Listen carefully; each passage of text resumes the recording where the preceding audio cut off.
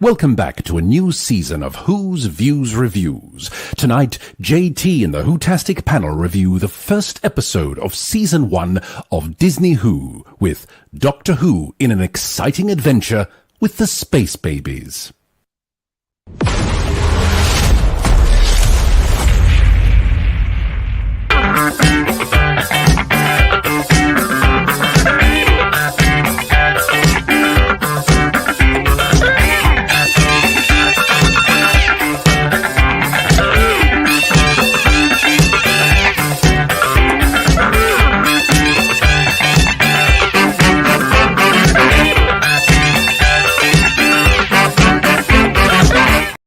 Well, hello, Who viewers. Welcome to Who's Views Reviews. And what have you been doing today? Have you spent the day touching grass? Because I know that we certainly have been. Hello, everybody. Yes, it's us with our brand new series of Who's Views Reviews.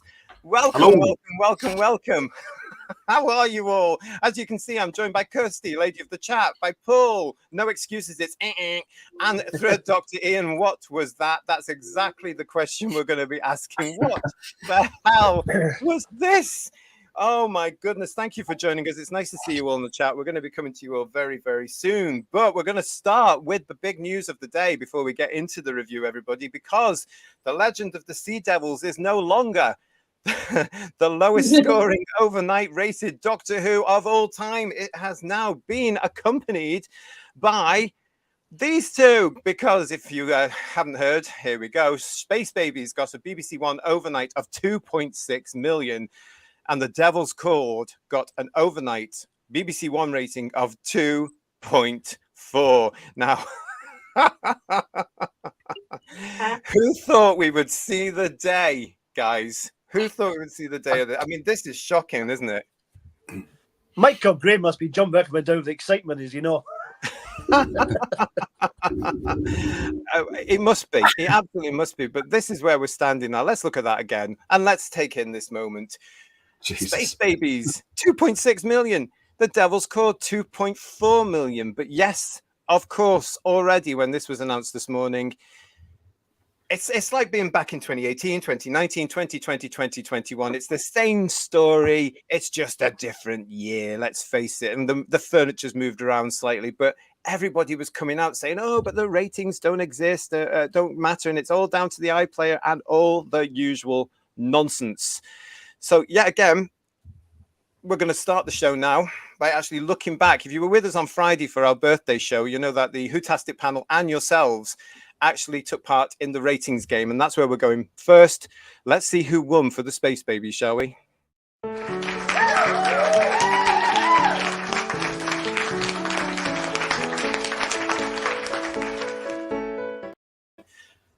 Well, as I say, on Friday on our live birthday show, we previewed and we look forward. I'm so funny, to the new series of Alleged Doctor Who. It's going to be one of those shows you can tell everybody, can't you? I think this is way off there. Yeah, this is shock. Well, this is what happens here, Who viewers, isn't it? Because we were comparing in the ratings game, we were comparing to the Christmas Day overnights on BBC One for the Church on Ruby Road, which got 4.73 million. Yes, as Paul says, by God, we were off. Phil went higher with 5.1. Kirsty went lower with 3.2. Ian went lower with 4.7. Paul went higher with 6 million. George went higher with 5. Ladwia went lower with 3.7. Michael went higher with 5. I went lower with 3.5. We also had lots of you taking part as well. So let's go through those quickly as well. These are all for Space Babies. We'll do the Devil's Cord tomorrow. TARDIS Spider went 4.23. Jamie Knight went 4.5. Raymond Williams went 4.3. Andy Gledhill went 3.9. Douglas Smith went 4.5. Richard Brooks went 3.5. Just Jordan, 4.3.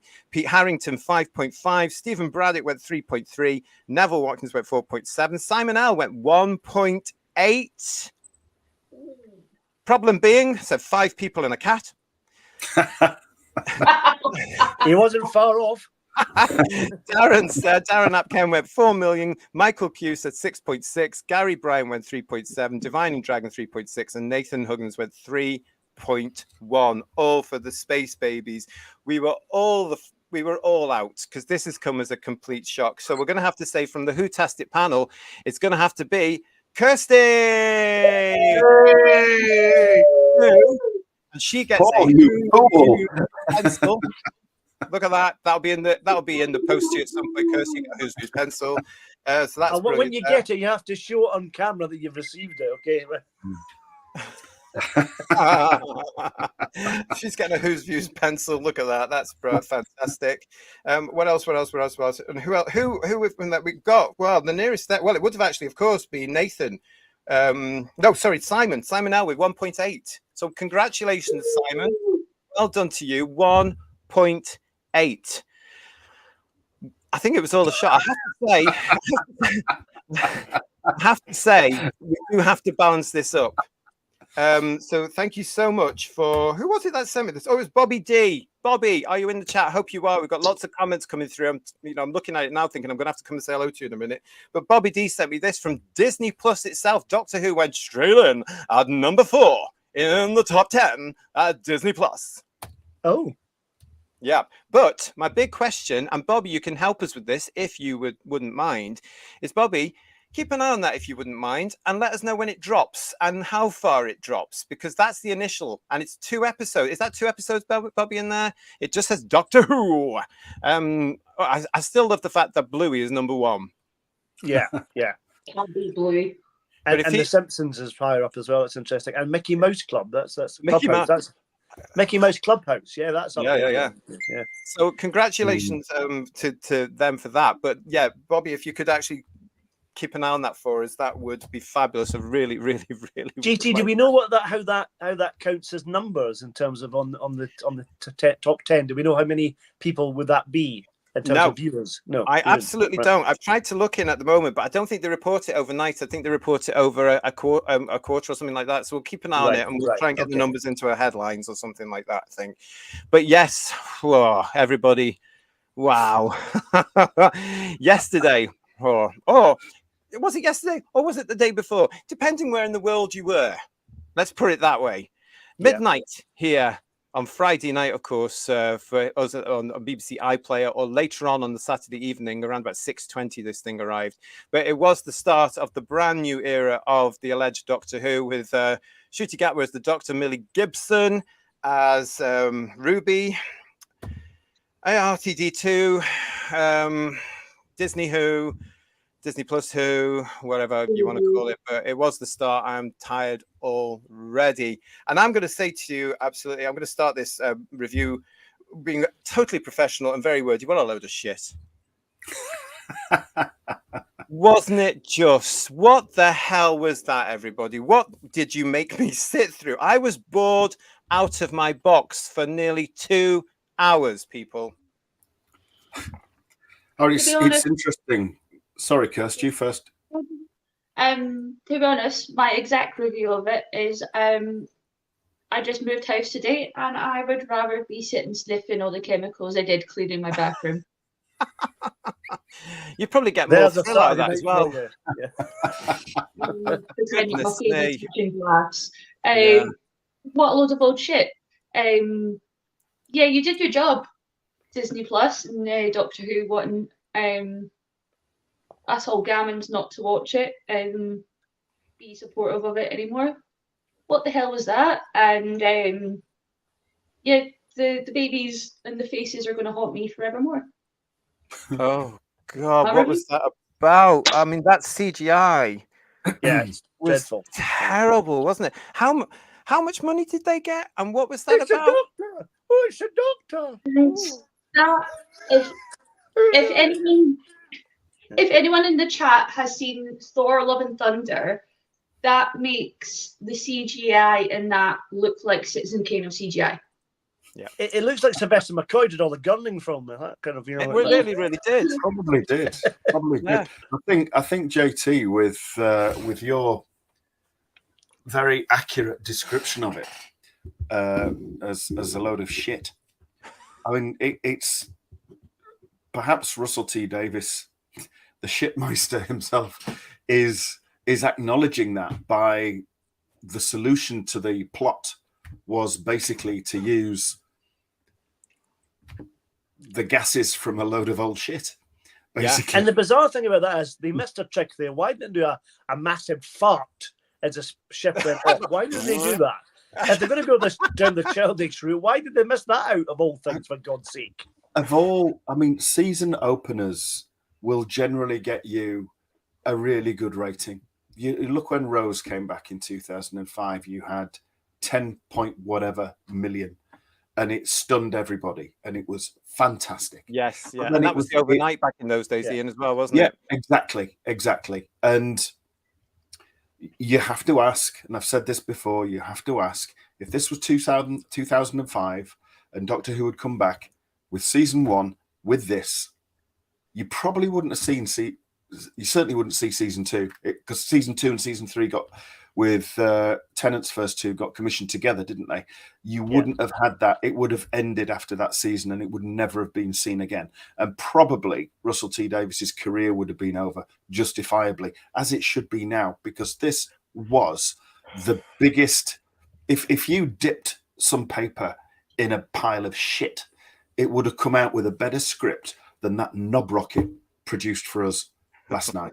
It was absolutely ridiculous, honestly. No, I think if they showed this in 2005, the audience would be stunned for a different reason. I think, you know. Well, you can't. Well, this is what got me last night. Now I'm watching this with my family, and I am so embarrassed to be doing that. I was mortified. I mean, I was going to ask you, wasn't I, Who viewers?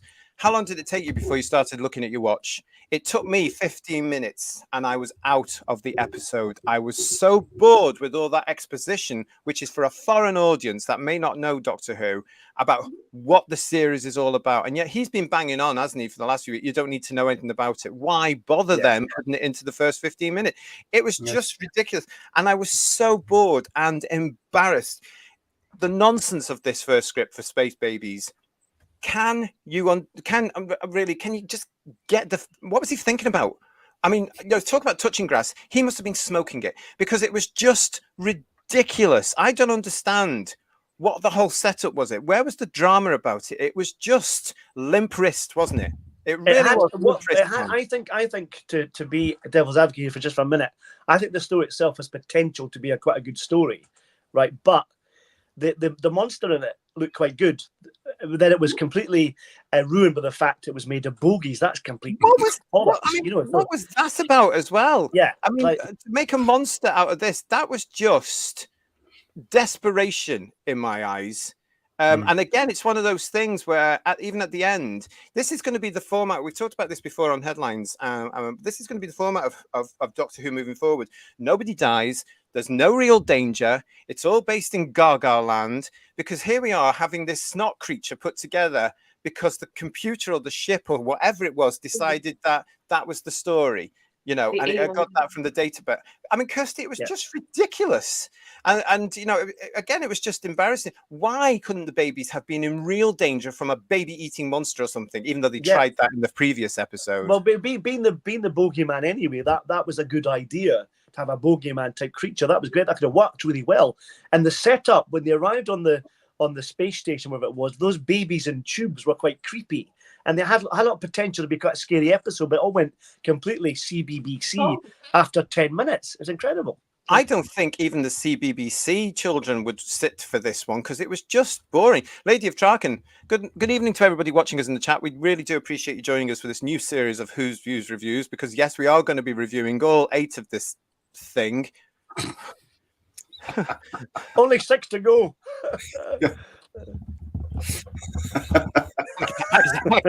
Only 6 to go. Oh, well, God, yeah, well, we are. So please come and join us for this. So I know that you're there. Space Babies wasn't great, but I don't take any joy in low overnights, says Lady of Traken. I know what you're saying there, my darling. I really know what you're saying there, but to be honest, I perversely do. Because they've been banging on and banging on and banging on. And because of their actions, because of what they've been saying, because of all their nonsense over the last wee while, I'm prepared to, especially Shooty with his racism and all, I'm prepared to do it. We've got another member of the WHOTASTIC panel joining us right now. Let's bring on Jodie. Hello to you. Hello. Hello. Oh, there she is. And you put yourself through Space Babies last night as well, didn't you? Yeah, I put myself through it last night, and then I started to watch it again today just to refresh some things, because I actually gave up and went to feed my dogs during What was your initial impression? Oh my God, it was dire. I'd love to say it wasn't. I was watching it with my family, and the only thing that tickled my husband was the pushchairs that moved themselves. Yeah. It's not really That was it. though, is it, Joe? Do you know what I mean? It's just not.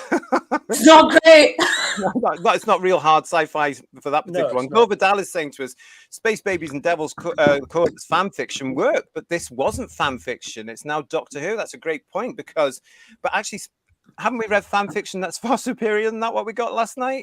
Yes. Oh God, yeah. And Simon's telling us, Simon, who's won the ratings game from the Who viewer side. So well done, Simon. I actually watched it and I got rather drunk. Started watching it, then I went out to shoot the Northern Lights that reached London, then came back at 3:15 a.m. and watched it. And I was like, oh God. Listen, you were there at midnight. I did that as well. I'm never doing that again. I couldn't sleep. I was so annoyed. It was so crap. Oh, it's absolutely outrageous, isn't it? Listen, thank you so much, everybody, for joining us. I'm trying to keep up with you in the chat. Raymond is saying to us here, I found Millie's Ruby character boring. It's Clara all over again. Even if it had beats of Rose Tyler from The End of the World, RTD has nothing new to say. Time for a Leela type character.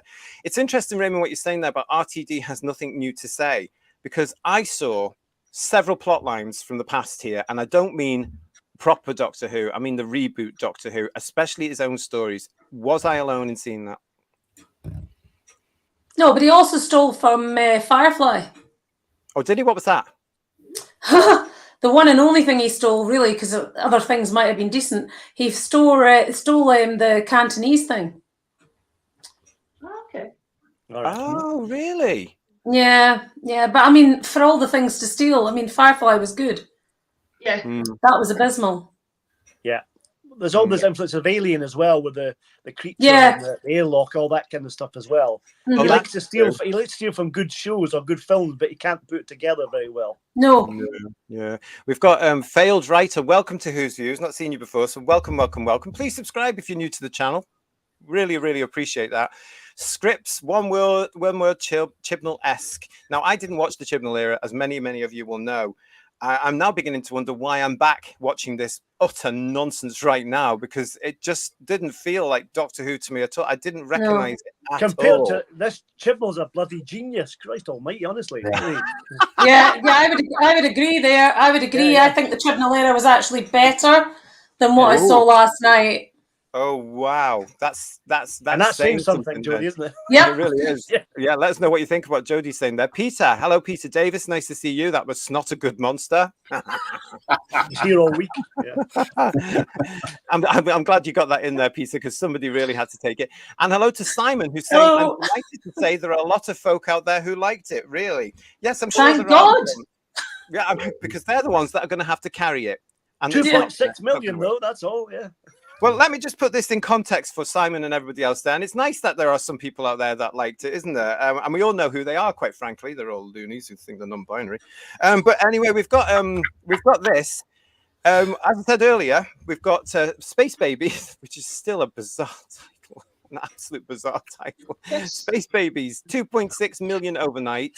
Then The Devil's Chord, 2.4 million after it. And just to let you know, immediately after that, within 5 minutes after that, was the Eurovision Song Contest 2024, which jumped to 7.64 million overnight. So what's that going to get with iPlayer introduced and added over a 7-day period? So context, 7.64 million. Yeah, says it all to me.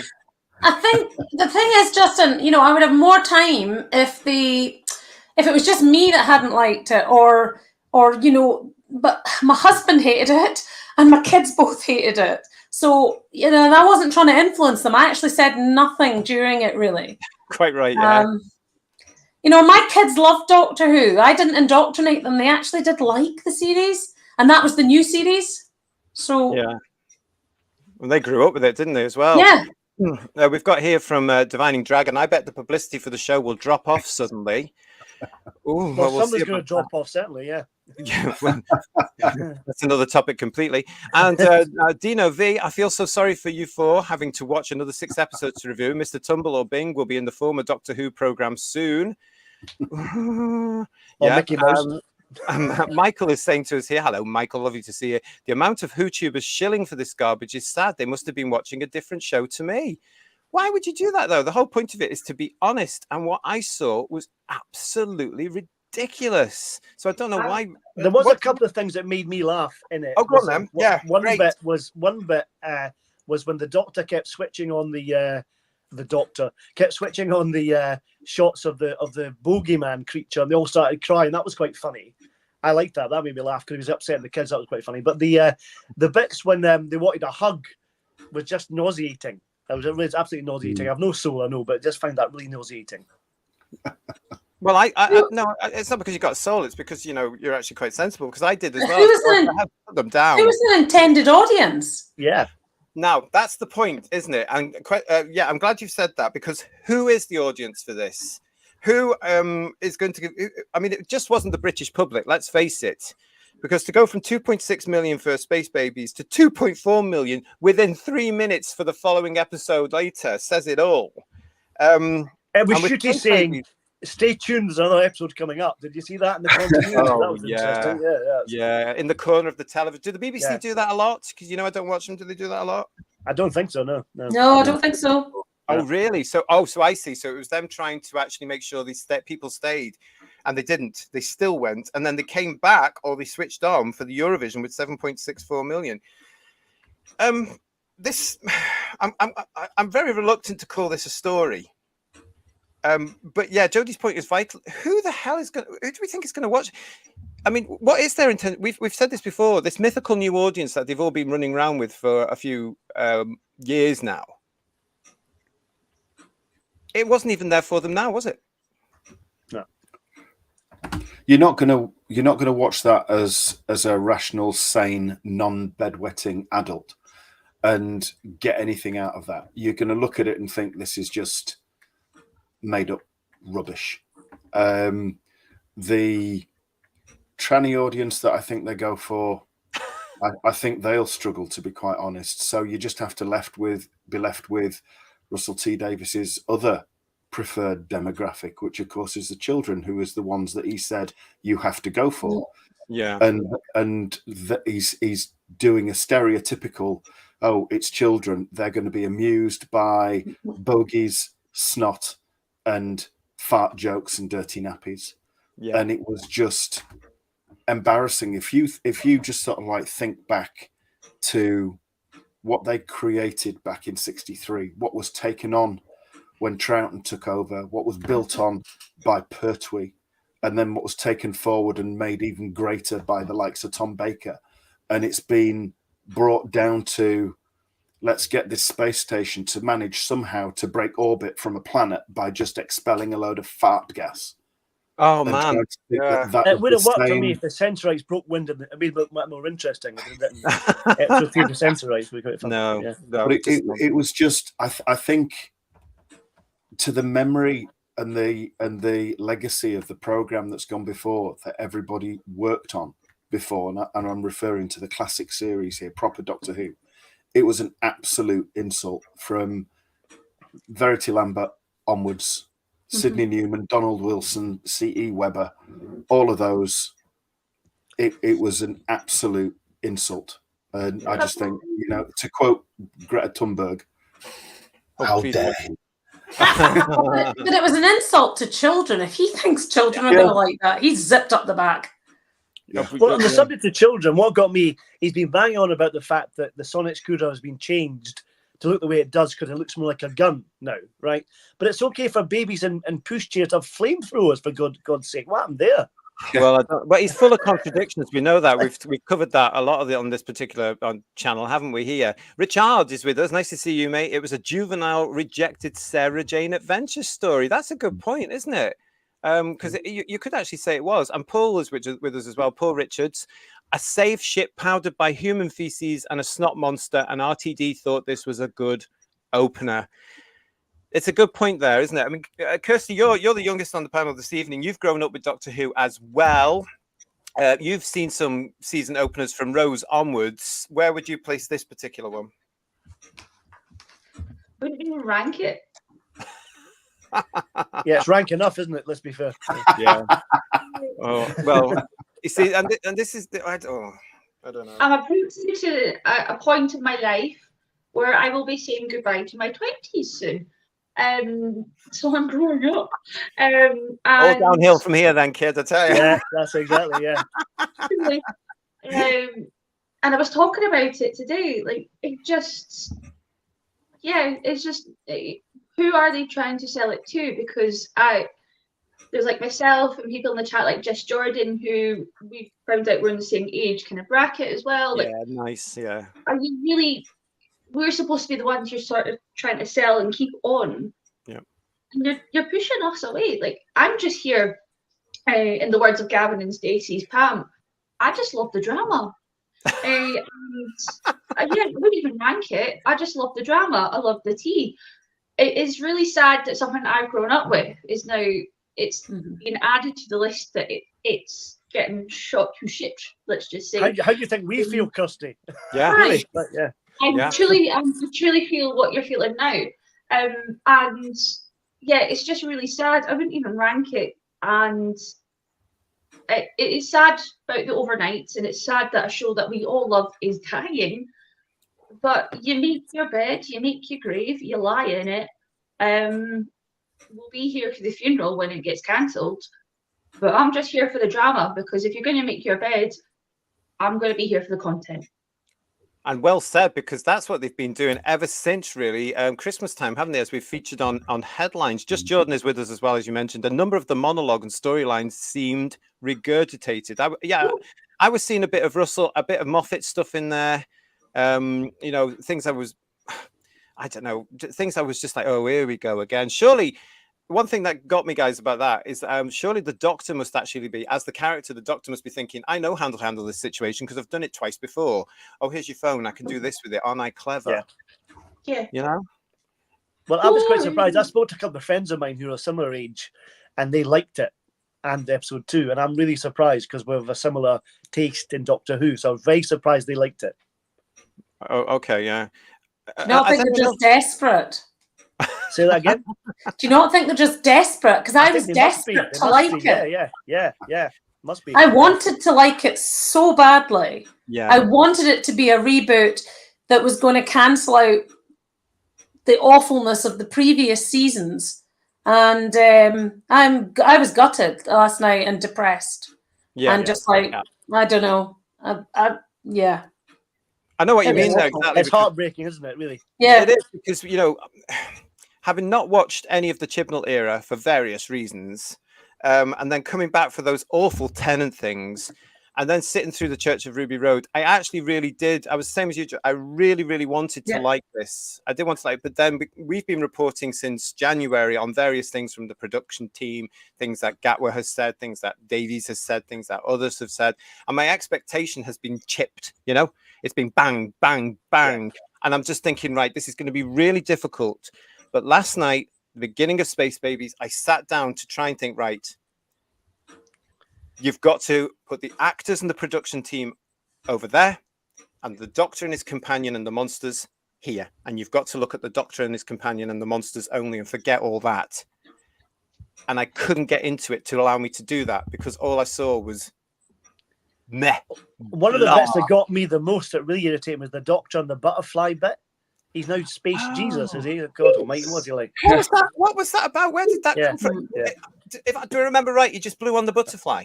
And it flies away. Yeah, that works. Yeah, like some other commentators have been talking about this as well. I could maybe let it slide if you just kind of regeneration, GB, whatever. Still, that's what I thought. I was expecting the glow, the things. But how long has he got that for? Once he's regenerated, surely it's gone. It's like. Yeah. And if it was regeneration energy, why didn't the butterfly split in two? That's true. Well, go on, Kirst. Go on. What were you saying? Like, if it's like some of our commentators have been talking about this as well, and I totally am with them on that. I could have maybe let it slide if it was just after regeneration, like how I still bloody love the Christmas special, the David's first one, and he grows back his hand and he's like, "What's a fighting hand?" If he'd done something like that and brought the butterfly back to life, and you see the gold ruby dust, whatever regeneration mist, to bring it back to life, I could maybe let that slide because that's quite cool. But why are you trying to rewrite stuff about being orphans and being space Jesus now? We've got enough of that with Star Trek. Just hush. Oh, really? Is that orphan stuff from the Chibnall Timeless Child thing? Yeah. Yes. Yeah. And I was lost with that completely. I thought, hang on, what do you mean you were an orphan? We don't know who the Doctor is. All we know is he comes from Gallifrey. So that's definitely from all that nonsense, isn't it? But that's the whole Yeah. thing, JT. He doesn't come from Gallifrey. The first person to fly from Gallifrey was this bint called Tecteun, who went to this planet where there was... This is the fan fiction bit coming in again. You know, a portal where she found this little brown girl and brought her back who had an accident and regenerated. So she's not... The Doctor, this little thing, isn't even from Gallifrey, so not actually a Time Lord, but then in the same episode goes on about being the last of the Time Lords. I mean, make your bloody mind up. You either are or you aren't. Tecteun should have been reported to Gallifrey Social Services for neglect. Honestly, We've got a lot of people watching us this evening. If you're new to the channel, hello and welcome. If you can come into the chat, I will try and keep it with you. Let me know what you thought of Space Babies, just to let you know that tomorrow night, same place, same time, 1930 UK time, we're going to be reviewing the Devil's Cord. That's going to be coming up tomorrow night. Oh, and I've got a few things to say about that one as well. But that's going to be tomorrow. So please, if you haven't already subscribed to the channel, come and join us, and make sure you come and join us tomorrow. Mark is saying, I won't blame Shooty and Millie for how the scripts are written. Okay, yeah, that's fine. What can we hope from stories that are all DEI driven? To watch 6 more? No way, that's a pass. I'll be heading outside to go touch some grass. Yeah, that's great. CD's here. Crimpling to Balloon, lovely to see you live on the show. To think that RTD once wrote for Chucklevision, How the Mighty Have Fallen. Yeah, Chucklevision, in case you don't know, because you're outside the UK, was a really popular kids program, wasn't it, guys? It was. To me. Yeah. To me, to you. Yeah, it was actually for adults as well. It was a bit of a cult in a sense, a guilty pleasure, because the sayings were everywhere for a little while. Limekins is saying to us, well, they did say that with every one viewer lost, they were replacing with 3 to 5. Where are they or them? Well, do you know what? They were saying that back in the Chibnall era as well, and we all know what happened there because they never arrived. They never got this.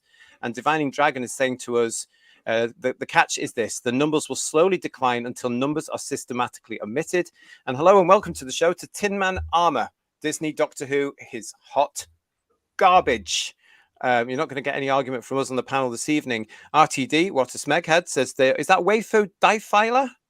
Another new name to me, but hello. Dalek, I love you. It's saying, has anyone seen the official Doctor Who podcast? Good grief, it's bloody awful. We're going to be talking yes, it's bloody awful. In the week. That's terrible. Come back and join us later in the week while we talk about that. Oh, I hope the BBC license fee isn't paying for that. And X-Man 577, proof that even the woke are not watching Doctor Who in large numbers. And Slippy Seconds, welcome to Who's Views. There needs to be more representation of trans little people of color. Without it, Doctor Who is literally white supremacy. Do you really think that? Really?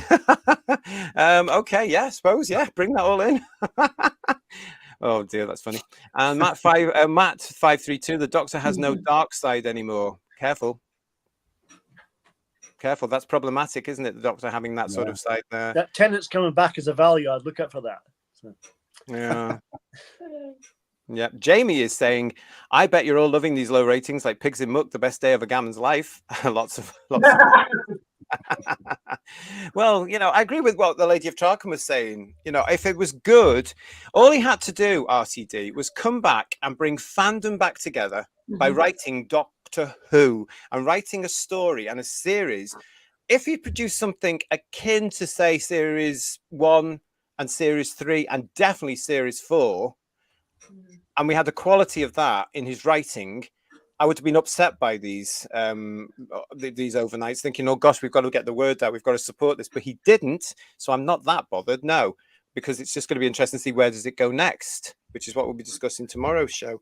I think we've missed a lot of the point of the fact that the Doctor Who was meant to be somewhat mysterious and exciting and alien and lots of things that we didn't quite understand. And what they're trying to do is making him, I don't know, they're trying to.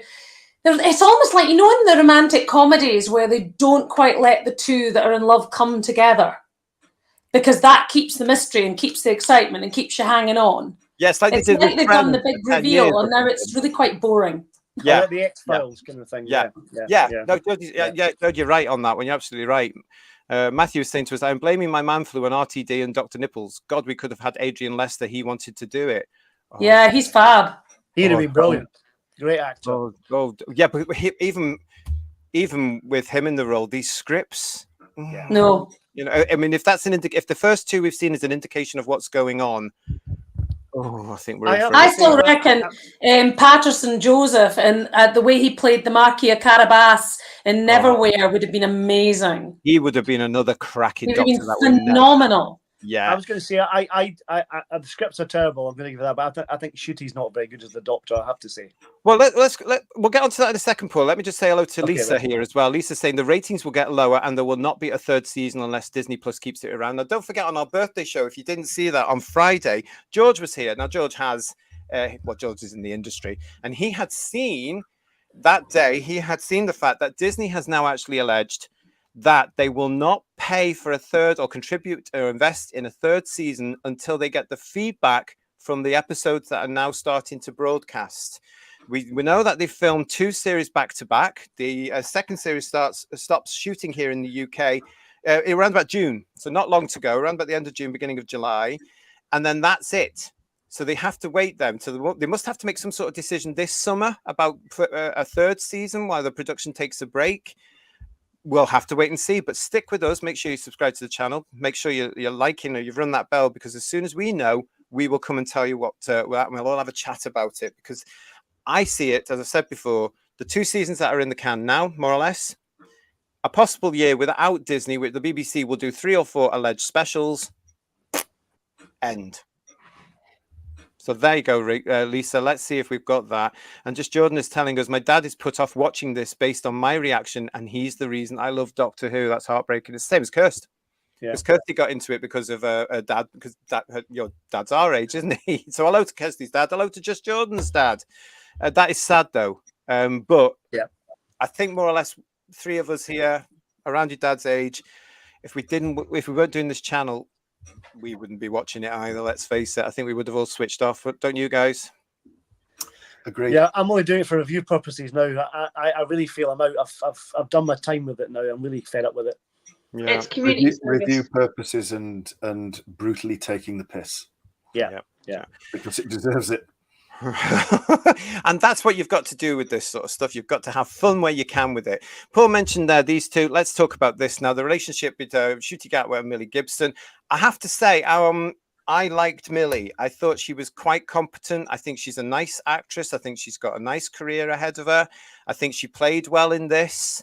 She was very grounded. She was actually trying, from what I could tell, to actually build a character from what was given to her on the page, which I absolutely love. I'm still not sure, and this is unusual, because I usually like a Doctor by the end of their first adventure episode, as we call them now. I'm still not sure about Ncuti. I'm on the fence. I mean, I've seen 3 episodes of him now, or 4 if you count the giggle.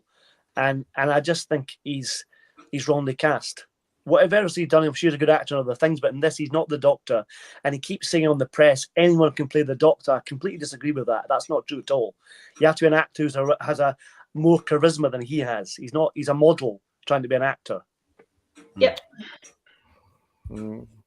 I mean, I've heard of him in other things. I mean, I've got friends. I've not watched it myself, but I have friends that have watched Sex Education, and they say he was very good in it, and that's great. But I'm pretty certain he would probably have been playing, and I don't know, it's a guess, but I would imagine he would have been playing some kind of character that is probably gay and probably out there and in your face and very loud.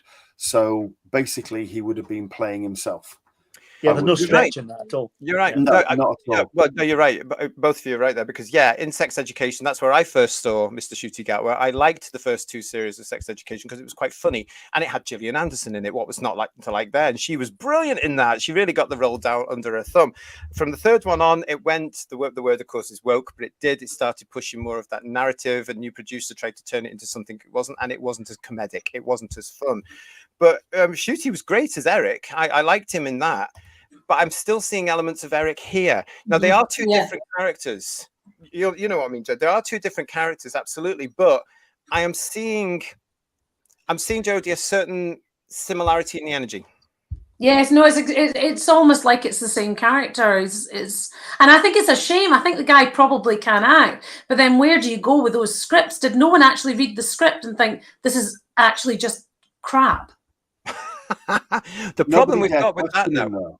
Sorry, Ian, go on. No, nobody dare question Russell T Davies. He said so himself. He is above everything. He is the final word. So if he sat there banging it away on his little word processor and he thinks it's fantastic, then anybody else can go and shove it, quite frankly. That's really worrying, though, about any program, because everyone should have someone questioning them. Yes. Yeah. And in our Doctor Who, of course, they did, because you had a producer and a script editor. And even the script editors in John Nathan Turner's time, Andrew Cartmel would turn around occasionally, and Eric Saywood, as we know, would turn around and say, no, occasionally. But we've actually reported here on Headlines on this very channel that Ian Russell's words, and I'm paraphrasing, no one can stop him now for the simple reason that nobody dare, Jodie. He's coming across as a real sort of, it's my way or the highway. You know? See, when people get that amount of power, it almost inevitably always goes wrong. Yeah. Is the Time Lord victorious of script writing? Yeah, let's hope so. Yeah. Well, that's a good one there. He's getting much angry. Paul is telling us here. Paul Richard is saying, my nieces and nephews said it's too silly to watch. Yeah, that's your audience, RTD, and they're turning around saying you're treating them like babies themselves, and they're not, and you should know that when you're not busy trying to brainwash them. And Just Jordan is saying, my nieces and nephews, the youngest who are 5 and 6, wouldn't have enjoyed that. I mean, well, again, that's the thing. That's the thing about television. When we were growing up watching TV, watching Doctor Who in the 70s and 80s, when you're growing up, drama was drama. If you look at lots of different dramas in the 70s and 80s, not just Doctor Who, kids' TV shows or family TV shows, they were made to be entertaining and scary, not talking down to people or to children, just to make it a family audience. But it can scare kids, or it can make it funny or scary or whatever, but it wasn't patronizing. Yeah, that's why we turned out the way we have done, which is quite sane for that most. Explains a lot. Then. Yeah, but I've said it before, and I'm going to say it again. This is a 61-year-old man who has just proved to me, A, he's lost the ability to write, B, he needs to actually retire. I'm absolutely convinced about that now, watching the first 2 episodes of this. And C, he's desperately trying to stay in vogue by adopting the viewpoints of people around him, which are actually quite questionable, because he thinks, I believe in that. That's the right thing to do. And everyone else is going to believe it too. And it's coming out in the writing. We haven't even got to the Devil's Bore yet. That's tomorrow, 7:30. Plug. Michael, thank you so much for this. This is probably the only place you can be honest about this garbage. Sorry if you liked it. I stopped commentating on some of the channels for being called the usual insults. You're not going to get that here. If you liked it, you liked it. And we're so pleased you liked it. In a sense, I hope it runs for a good few years for you so that you can get something out of it. But part of me is saying it's not going to. Data is saying to us it was made for activists on Twitter and Reddit. I would agree with that. And Rose, hello, Rose. Nice to see you. Eurovision wasn't just on TV. It was a showcase cinemas and all the cinemas around the UK. Yeah, it was. It was on a lot of cinemas, not so many up here in Scotland, but there were quite a few around the place, especially in and around the cities. But it makes me even think, Rose, how many people were in there watching them through their big parties who weren't bloody well interested in Doctor Who at all? And don't forget, Rose, as well, that the cinemas for the last 2, 3, 4 weeks maybe have been showing the Doctor Who trailer in the screen, on the screens in the cinemas. But you're right. Also, I mean, you watch Eurovision to take the mick out of it. Yeah, that's not why I watch Doctor Who. Yeah. I wonder if putting it on that on last night was a misstep by the BBC. I think maybe a big mistake. Do you think Russell T Davies is like the script writing in the loosest possible sense, obviously. The script writing version of Madonna. Really, really old, should pack it up now, embarrassing yourself, and just, you know, really just please stop it now because you look bloody awful. He's like the script writing equivalent of that, isn't he? He's trying to be constantly reinvent himself, like you've said, to be down with the kids and remain relevant. But he's so not. Yeah, exactly, Joe. And it came through, didn't it, last night in this very well, I mean, I've got a 13-year-old and a 16-year-old. They grew up with New Who viewers. She doesn't look old enough for that, but she does. Yeah, right, just. But they grew up with Doctor Who. They wanted to love it last night. Yeah. They don't have the history of classic Who the way I do. So, you know, there's baggage I carry because of stuff I'm nostalgic about. They don't have that. No. And if it was aimed for anyone, it should have been them last night. Yeah. They should have loved it because they've grown up with this new way of looking at life and looking at the way that people are treated and all the things that he bangs on about. They've been brought up with that and they thought it was stupid and dumb and silly. Yeah. So who is he writing it for? Because it's not even those that grew up with the Eccleston 10. Nope. You know what gets me about this, tying in with both points that you're making there as well, is I was watching this and I was bored out of my mind. I'm not joking about that. I'm not just saying it. I was embarrassed because I'm with my family and I was bored. I was like, oh my God. And then I started in my head, guys, to start comparing this to the first series of Eccleston and then those lovely things I liked about series 2, series 3, series 4.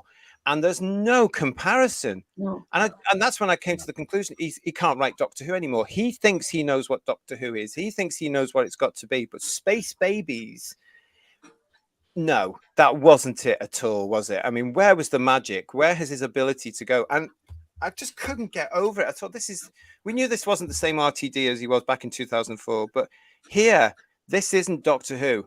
This is RTD Who. This is Disney Who. He's taken away, like Jodie, you were talking about your kids, 13 and 16. He's taken away from them the kind of Doctor Who that was provided for him when he was that age that he enjoyed. Yeah. He's taken that away. He's had it, and now he's ruining it for everybody else. And he thinks he's clever whilst he's doing it. Yeah, and it is concerning. Thank you for all your comments in the chat. We've got great audiences now, this evening. Really pleased to see you. If you, as I say, if you haven't subscribed, it's free of charge. Give that subscription button a big hit there and come back and join us again. Divining Dragon is saying to us, I'm slowly slogging through Whittaker just for context. It's bad, but it's not as bad as this. And Matthew's gone completely over the top by saying, bring back Chibnall, all is forgiven. Okay, have a drink. I've said that many times. And Douglas Smith is saying to us, like the panel has already said, who is this made for? We sort of knew through the headline shows that we've been doing over the last few months as well, and will continue to do, by the way, that he was aiming at this mythical audience that they're all in show business looking for now, whether it be television, movie, or even theatre now. It's the mythical audience that they're looking for. It doesn't exist. Surely this now is going to prove it. There was one thing I really want to get off my chest here. Why is the word genocide appearing in this series now? There was no genocide in any of the stories. Was there? Why? I mean, 2 or 3 times it was mentioned in this. Can somebody explain why? Well, because the Time War wasn't a genocide, was it? It was a war. Yeah, but you didn't want you missed the Jodie Whittaker era, so you were very lucky missing this. But the Master destroys Gallifrey, and that's a genocide I think they're talking about. I think. But Gallifrey was saved in Day of the Doctor. But it was destroyed again after that. Oh my God! Again. Yeah. Which is a huge mistake if you think about it, because that allowed for a potential, a storyline, and to do that was just dumb, really dumb. And what's really sad is I was on the phone to my mother telling her how dreadful it was today. Because I was like, don't watch it, just don't, it's awful. And she was like, oh, that's a real shame because they could really do anything with that series. And I'm like, yeah, I know, and they did Space Babies. Well, yeah, exactly. And as you alluded to before, guys, you want a strong season opener. People were saying this in the chat, and you get Space Baby. Can you imagine if you're outside the UK? Because nobody in the UK is watching this, as we now know. The last few years has killed this show now. That's my opinion. I don't think the British public are going to come back in their 9 and 10 millions on this at all. So can you imagine being on the Disney Channel anywhere else in the world, and then you think, oh, what's this Doctor Who thing? I'll switch this on and I'll watch this, and you're greeted by space babies. What the hell? What would you do? I mean, you'd switch off, surely. Surely you're going to switch off for a season opener. You're not even going to get to the Devil's Ball or Boom or anything like that, are you? You're not going to bother, surely. I hope there's an episode called Pish, because that'd be very Scottish. Hello and welcome to Who's the Captain. Have fun. Did people like the show? I'm giving it one more episode and I think I'm out. No, we didn't like it. I think that's the general consensus. And you'll notice there's only 1, 2, 3, 4, 5, 6 of us. I had to count there for a second. 6 of us on the panel because the others didn't want to watch it at all. So they didn't even bother to watch it. They were out touching grass. Failed writer, hello to you. The butterfly might have made sense if you'd had a little golden regeneration stuff floating around, but could not be bothered to do the CGI. Yeah. The thing was, he's too far away from his regeneration, bisexual, whatever you want to call it. That was the Christmas episode, and there's been a whole special episode since then. And then this one, it was only all that kind of fluff and guff just used to hang around for a short period afterwards, didn't it? But not. What did he say in Christmas Invasion? I'm in the first 20 odd hours of my regeneration. Oh yeah, he can grow a hand again. He can replace it if something goes wrong with the regeneration or he loses a hand, as he did in the story. He can just pop another one on there. Because if that was true, John Pett would have made his nose smaller, wouldn't he? And spear him from space, but he didn't do that. It's all convenient to the story. Atom, hello to you. Hope everything's all right with you. All hail Who's Views. Long live the fighters. We've got 7 more episodes of this thing to go. Well, that is right. If you count Christmas, yeah. Where are we? Duck Soup Productions is saying to us, guys, poop jokes and pee jokes and fart jokes are what passes for comedy in 2024 because all other targets for humor have become inappropriate and off limits. That's a very vital point, actually. You can't be humorous anymore, can you? I think if you had somebody like Rick Mail, he would tell them all to fuck off. Yeah. Or John Cleese. Yeah. Oh God, can you imagine? And Jacob, nice to see you, Jacob. Thanks for joining us. The Doctor calling his companion Babes set my teeth on edge. He's a Time Lord, not a Love Island contestant. Now this brings me to a point I've got here. What Jacob's saying. This is actually a Doctor Who that's made for a generation that's been brought up on very bad and poor television, mainly reality crap, and it still hasn't attracted them. Yeah. You know but they were never going to attract them. That wasn't their audience. They've basically dissed their audience. Yeah, and it's just business suicide, isn't it? I mean, why you want to keep the fan base, surely, because they're, as we said before, they're buying the merchandise, they're buying whatever, blah blah blah, the DVDs, and you want to encourage that, not destroy it. It's crazy. Yeah. I just don't get that because I didn't see any drama in this. I didn't see even a BBC production that I recognized. This was quite twee. It was quite shallow. It was hollow. It was boring. It was nonsensical. And the title like the sister element. Sorry. Go on. Sorry to interrupt. I don't like the brother sister element that they've got or they're trying to play with. I joke around and you hear me call you darling and babes, and privately I've all called you darling and babes. But as someone who's worked in places where I work with people who like your Love Island and that, and they talk like that, and that's how naturally they are, and they're lovely people. Other colleagues and I, we've started talking about Doctor Who and whatnot, and people are thinking I'm speaking Swahili. Just stop with that. We're not wanting to have TikTok talk or Instagram and babes and hun and all that and tea and this. I'd rather not. Just keep it to Love Island because that'll come back in a few weeks. Just leave it for them. And the brother sister element, we don't want a romantic element. We just want something like Sarah and Fleur, that you're going with the Doctor on his adventures. You know he's 2 or 3 steps ahead of you, but it's the companion can give as good as it gets, and there's no key to everything. The girl's not the bestest thing ever. She's not going to be the whole thing of the series. We just want simply something like Fleur and Tara, that they're off on an adventure, and they kind of complement each other. You don't need to be Yeah. over the top. You don't need to be like that. It's- That'll grind my bones if it continues like that. what it's really become, and I saw someone say it's a comment somewhere else, that it's become a parody of itself. Yes. It's sending itself up. It's even more self-aware than it was when Moffat did it. It's just like, and all this winking to camera and all this kind of stuff. What is all this breaking the fourth wall nonsense? Why was that in there? This is new to the show, isn't it? So why? I mean, we'll come back to it in the Devil's Ball because it was in there complete. I just don't understand why it was there. Why was it in there? What was it about? Are they thinking they're clever? Is it because Disney are producing the show now? I don't get it. I think that there could be a through-line story thread which they're going to resolve later, and all this winking to camera. But it's like, why?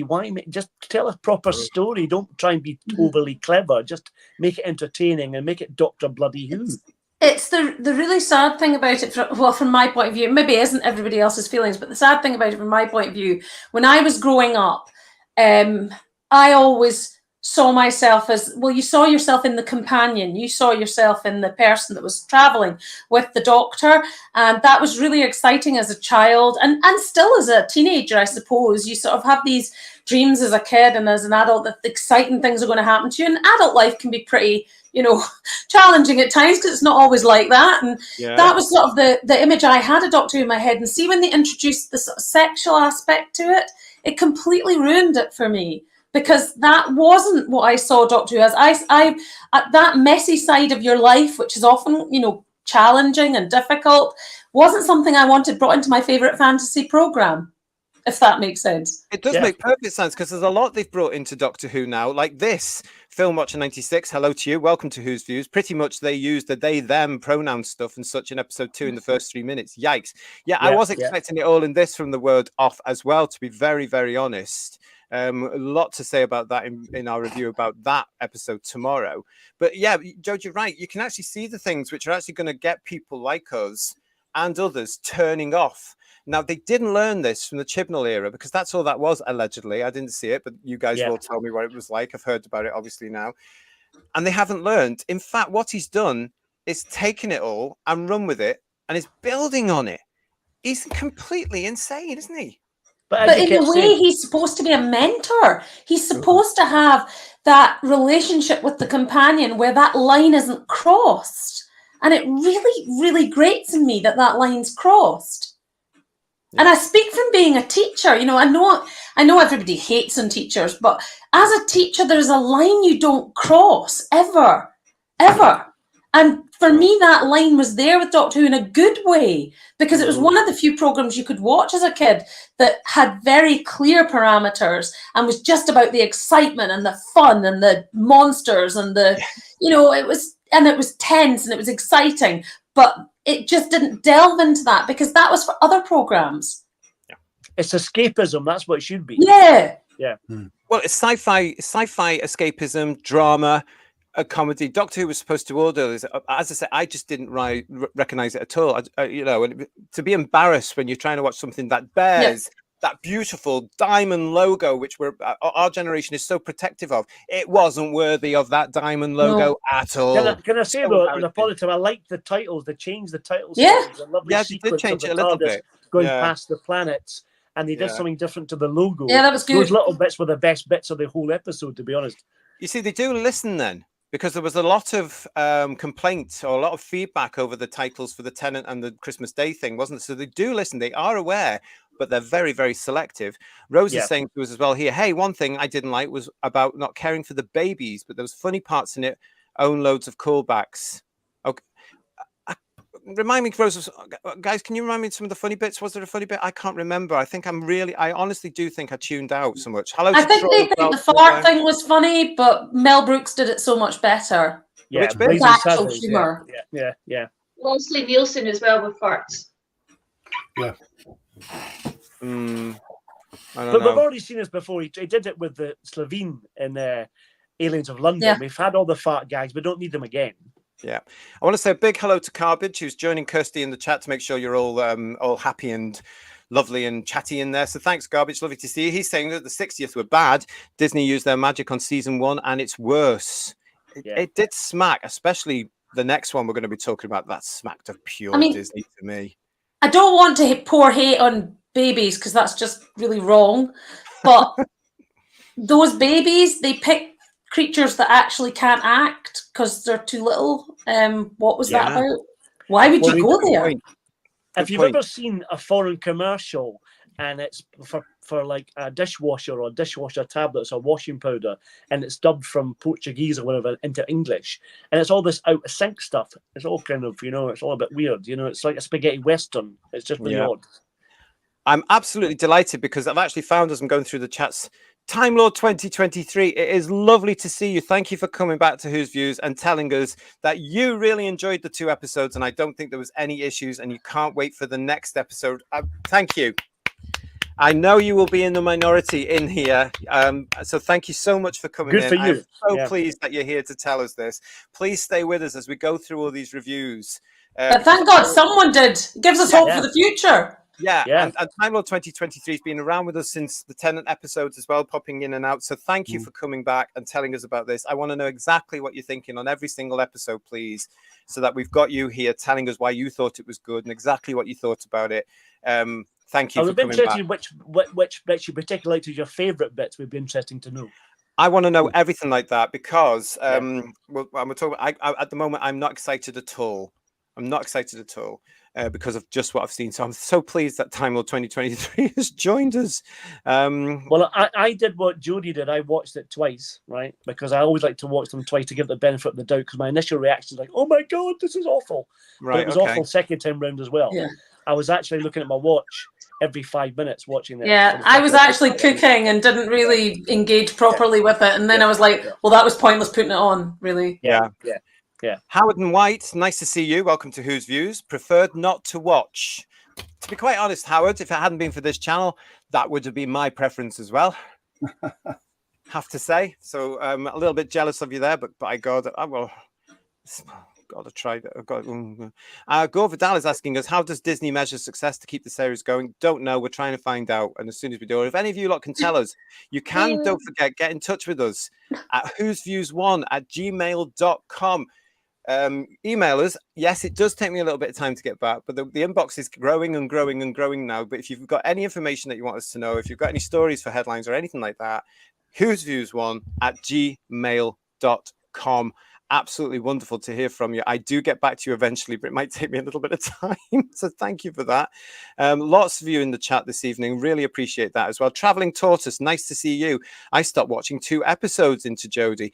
Interesting point, because how many are going to do the same? They've had 2 episodes back to back now here within, on the same night, the same day. First time, I think the BBC, in fact, I know the first time the BBC has done that for Doctor Who.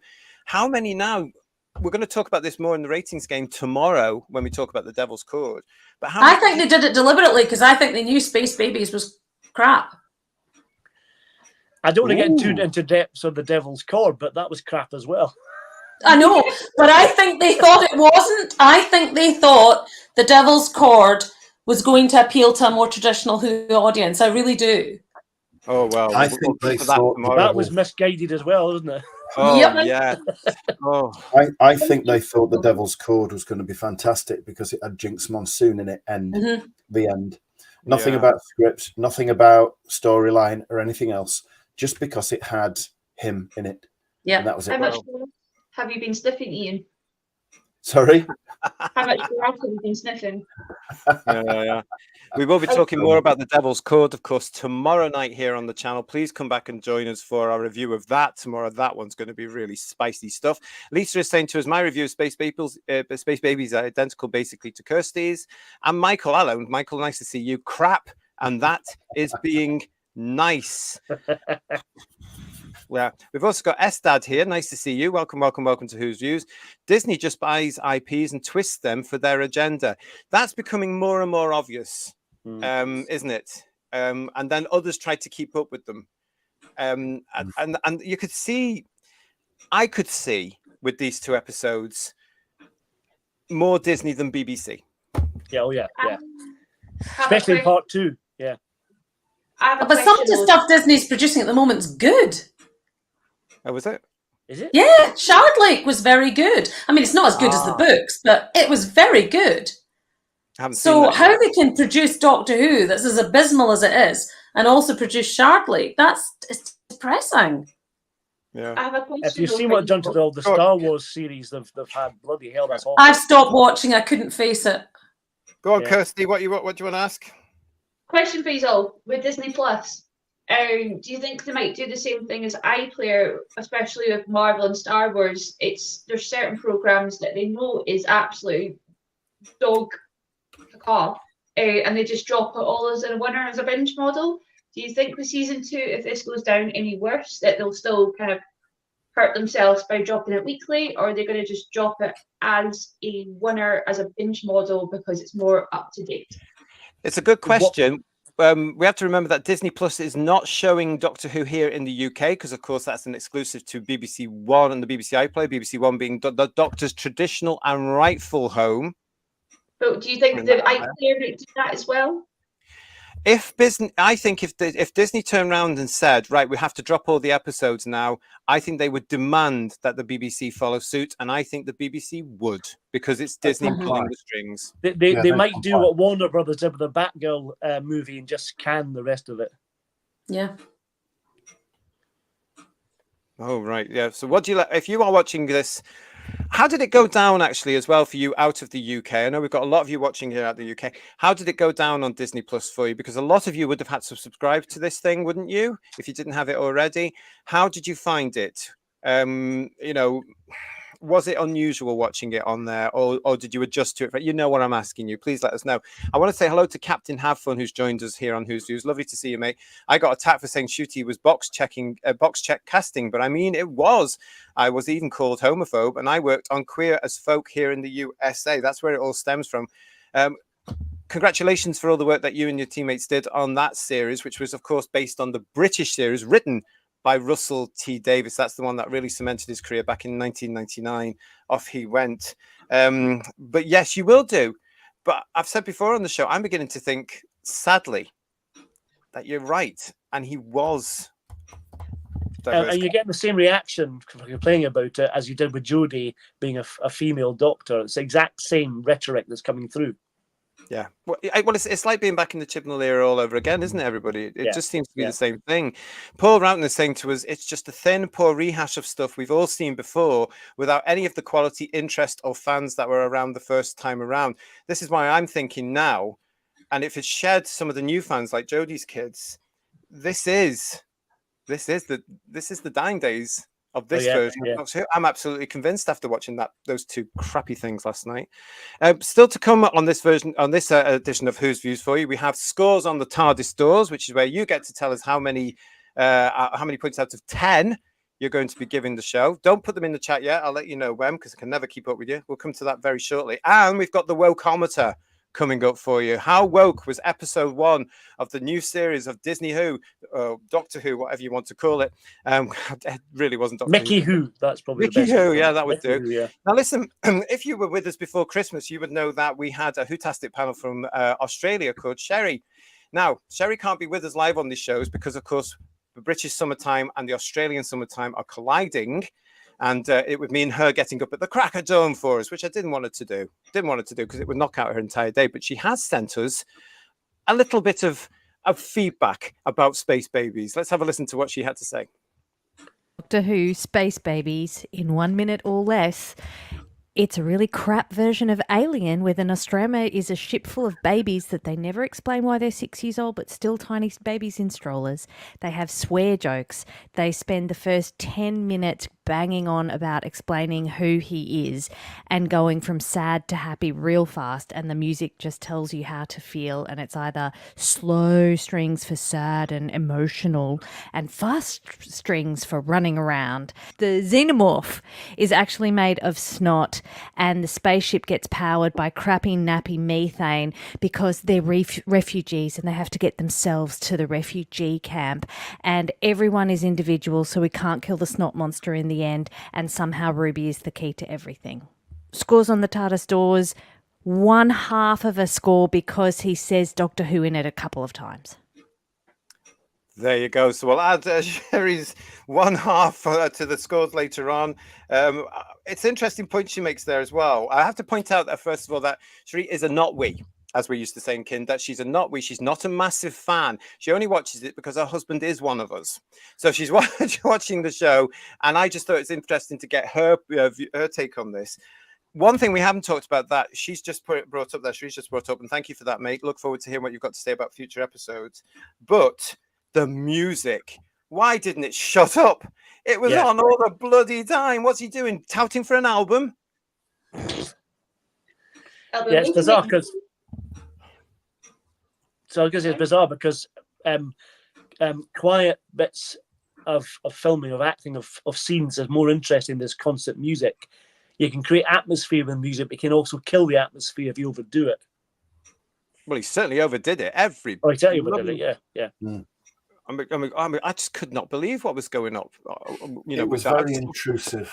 It was very intrusive, and it says a lot when they need to use constant music to tell you how to feel, because it means the story isn't conveying it adequately enough. And it was just in your face all the time.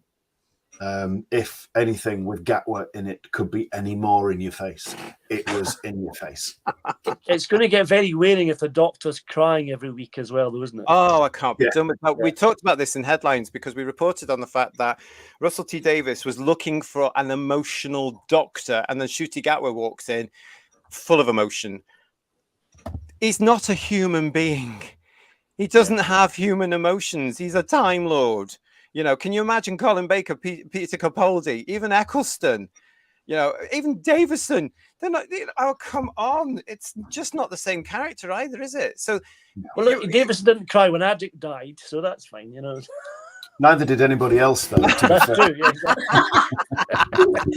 But Ian, it's interesting what you're saying there as well about the music having to tell you how to feel. I just felt supremely fed up with it because it didn't stop throughout the whole 2 episodes. Bang! And can you remember any of it apart from I can remember Ruby's theme. That's it. Anyone else? No. You can come on if you want. Is that the kids? Hello, kids. Nice to see One you. of the kids, yes, is he? Hi, nice to see you. Decadent Davis saying to us, don't alienate your core audience. What did you think of Space Babies, Izzy? It was all right. It wasn't as good as previous seasons, older ones, but. You're being kind, Izzy. Just to be honest, it's fine. Your mum it just told us. Felt a bit odd. Didn't really feel like Doctor Who. There you go. It felt a bit odd. It didn't really feel like Doctor Who. From the horse's mouth. There you go. That's your audience, RTD. Not only have you alienated all of us, but you're not enticing all the kids in either. And and these are intelligent kids that Jodie's got there as well. They can see through your nonsense. Kirsty, you've got to leave us right now, I believe. Yes, but I will be in the chat, and it's been lovely to speak to you all, and I will see you all tomorrow. I've just got new things to do. Lovely. We'll see you tomorrow, darling. Right. And don't forget to put your scores in the TARDIS story when I tell everybody to as well, okay? Of course, babes, I will do. Thanks, Kirst. Nice. Thank you. See you later. Thank you. What else have we got in here as well? Jack is with us. Hiya, Jack. Popsicle, it made me cringe. I don't even remember where that was. And Graham is with us. Hello, Graham Kirk. If the ratings fall below 2 million overnights in the future, will BBC drop it from BBC One and drop it just on just a... Yes. Yeah. Yes. Just to spare the blushes. Yeah, the order will stop because they've had an order from BBC One. Don't forget, Russell said this. They had an order, so the order must have come in from the BBC before Disney got involved, because Disney only started to come in towards the end of the Tennant specials, didn't they? Yeah, that's right. Yeah, because they were on set towards the end of the filming. And they thought, how can we destroy Doctor Who? They thought. Yeah. And they bought it. Yeah. If there's no British audience, I would still say, what's the point? What would be the point in doing that? Because even though they're trying to make it worldwide, even though they're trying to make it global, it has to have its British home base, I think, because what's the point in even doing it unless they move it out of the UK, which the BBC would never allow. BBC Studios won't allow that. I think it's more likely that Disney would drop it all in one block, or can it completely. I know that's been touched on before, but I think with Disney, they could probably make money by canning it and not showing it at all, because they could use that as a write-off against tax. Yeah. Oh God, these showbiz games they play, but you're quite right. And oh gosh, look at the way we're thinking now. This is ridiculous. What have they done to us? Mark is saying to us here, the BBC deal was with Disney branded television, a unit of Disney General Entertainment. It's overseas development and production of content towards children, teenagers for Disney Plus. This is a little kids show now. Well, certainly by Space Babies. But it wasn't. It wasn't a little kids show. It was abysmal. Yeah, even the little kids shows are better than that. Yeah. Well, Bluey's still number one, Joe, doesn't it? You know. I mean, I'm not trying to be funny, but Ben and Holly's Little Kingdom's better than that. Tootie and Sweep are better than this. Honestly. Yeah. I completely agree with you, and I don't know what any of those are. It's just, I mean, it was absolutely shocking. And I was never one for bashing Doctor Who, Justin. Yeah, definitely. I did not do that. So. But let's face it, Jodie, we've just had enough now. We've taken so much crap, and we've just had enough. I'm the same as you. I don't want to criticize it at all. I want to love this. It's awful. Yeah. We've got SSJ4 Vikito. Nice to see you as well. Welcome to Who's Views. I think Murray Gold has lost it. Yeah. Totally. Definitely pitching an album there, guys. And Garbage is saying to us, I think it's certainly a very point to what Graham was saying there. It might even leave BBC One. What do you think to all of us? I think it's inevitable that it's going to leave BBC One. And I think those days are coming very, very soon. It's very obvious to me that the audience just isn't there now. And they've been through too much. And also, we've got to remember, it's nearly 20 years old. It's now what is called an old show. Yeah. And people, you know, I mean, none of us heard anybody in our everyday life here in the UK talking about, Doctor Who's back. Oh, I might have a look at that. No. I've got friends who'd be considered to be sci-fi geeks, and they're not talking about it. Yeah, exactly. Yeah, because they've actually got rid of it all, haven't they? Mm-hmm. Jacob, God love you, Jacob. Jacob is saying to us here, not much else on BBC One gets more than 2.5 million overnights currently, so it'll stay, I think. It started with 2.6 for Space Babies overnight, and then down to 2.4 for the immediate episode of the Devil's Cord, and then it went up to 7.64 million for the Eurovision only. We will be talking tomorrow night on our review of the Devil's Cord about our expectations for Boom, which is episode 3, which is being broadcast on Saturday. More about that tomorrow. Decadent Dave is saying, Murray's still doing the music. Who knew? Well, exactly. And hello and welcome to Not Royal Apple. Hello, nice to see you. Those ugly pepper pot looking things back in December 1963 made me lose faith in the show. Yeah, it's not been the same since episode 2, has it? Let's be honest. I know. I didn't even realize or know why he even bothered with that whole thing, because it was pointed out in one of was it either the Guardian or the Telegraph that the Doctor pointed out that at this particular no, that's tomorrow. We'll talk about that tomorrow. Sorry, forget that. I'm getting all confused now. Yokai 63 is saying, I didn't like the Chibnall era at all, but at least the music was better, much more restrained. Was it? It was nondescript, really. At least when Murray originally did it, it was quite good, but it was a bit bombastic at times, and was, as Ian said, tried to make you feel an emotion, but it wasn't as bland as this. Oh right, okay, because it was all that ambiance music, wasn't it? It was all Yeah. Okay, fine. Okay, SSJ4 Vitigo. That's nice to know about that. And Lisa is telling us most people here have cancelled Disney Plus. Because Disney Plus now has ads. That's in Canada, isn't it? Does it? That tells me a lot. And Digby is saying to us, it's got to dash. Thanks for putting yourself through this. Keep them safe. He's off to watch the image of the Fendal. Enjoy. It's a cracker. Class. Absolute class. Oh, goodness me. What else we got here? Magic Stew. Nice to see you. Come on, lads. It's only Disney saying if you don't give us a sing song, you'll lose your paycheck.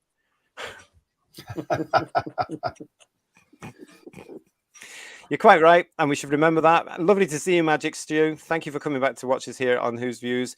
My goodness, a lot of you in the chat this evening, so thank you so much for everything you are saying to us. Limykins is saying, question is what happened to the production team show between 2005 to now in 2024? These are the same people providing two totally different results because, and no offense ever is made to anybody outside the UK, But they did live in Hollywood for a little while. Julie Gardner is still there. Bad Wolf USA. She's still based in Hollywood, and their way of looking at things. No wonder they live in fantasy la la land. Let's put it that way. I mean, it's nonsense, the stuff they come up with, but they brought that back to the UK, didn't they? All this stuff, and it's just ridiculous stuff.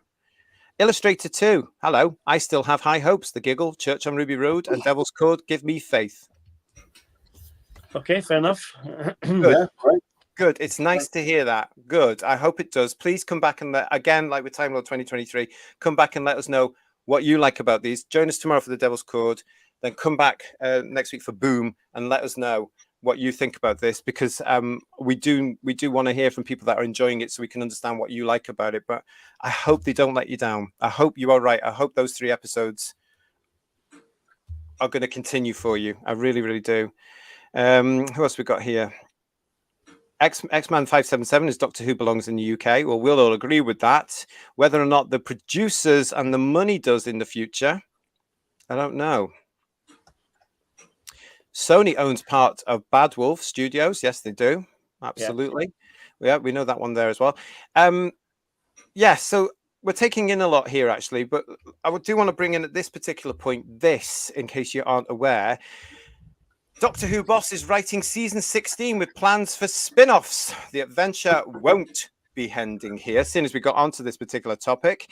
This is, of course, Russell T Davies, who is writing season 16 of Doctor Who, or the 3rd season post the Disney deal, and has confirmed that there are plans for spin-offs.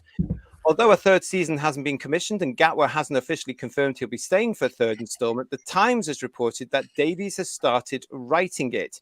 This is in the radiotimes.com, by the way. Meanwhile, plans are active for potential spin-offs, with Davies confirming there are offices that exist now for that. While Gatwa hasn't officially confirmed his return past season 15, which is almost finished filming, he has hinted he'll be back for more, recently telling radiotimes.com, "I'll be around for a while. You're not getting rid of me yet." Speaking about why it's the right time for him to return to Doctor Who, Davies previously told GQ magazine, "So I thought, with no criticism whatsoever towards the people who were running it at the time, because they were running it within the BBC's measures, it was time for the next stage for Doctor Who. I thought the streaming platforms are ready, the spin-offs are ready. I always believed in spin-offs when I was there. I did Torchwood as a spin-off, the Sarah Jane's Adventures as a spin-off." Now, Can I say, reading between the lines, that Shooty, I'm staying. You can't get rid of me that easily, whatever. He's gone now. you're right, you still reckon he's gone, don't you, after his 2 years? Yeah, he's probably gone now, yeah. So, yeah. Yeah, I mean, they couldn't announce it this far ahead anyway, unless it leaked Major style. If he was, Well, look what happened to Eccleston, you know what I mean? So, who knows, you know? Well, yeah, who knows? Who knows about it? But here we are. Again, this was before this started to broadcast. We've talked about the sort of overconfident attitude, the slight arrogant attitude here. Do you think the market there is the guys for not just a 3rd series of Disney Who, but these spin-offs that have been rumored for a year? Yeah. I can hear David Tennant coming back. But even that's not going to save this show now, is it, Jode? No, it's not. It has to be good. Yeah. I mean, I'm not trying to be mean now, but seriously, if they're the same quality as what I saw last night, then no, they will die on their feet. Yeah. If they're any good, like Sarah Jane Adventures were good. I watched them. So they were good. They weren't just designed for kids. That was for, I don't know what kids that was designed for last night. They think it's designed for kids. I can't think of many kids who would have enjoyed that. There was no thrill to it. And Torchwood was good. I enjoyed Torchwood. Yeah, you especially liked the early seasons. They were excellent. Yeah. But you like that. If he's going to go down the road that he went down last night, and they're not going to hire decent writers who can actually write, and write as though it's for an alien and not for somebody who just, as you say, walked off Love Island, it might work. But if he's going to be writing it, no.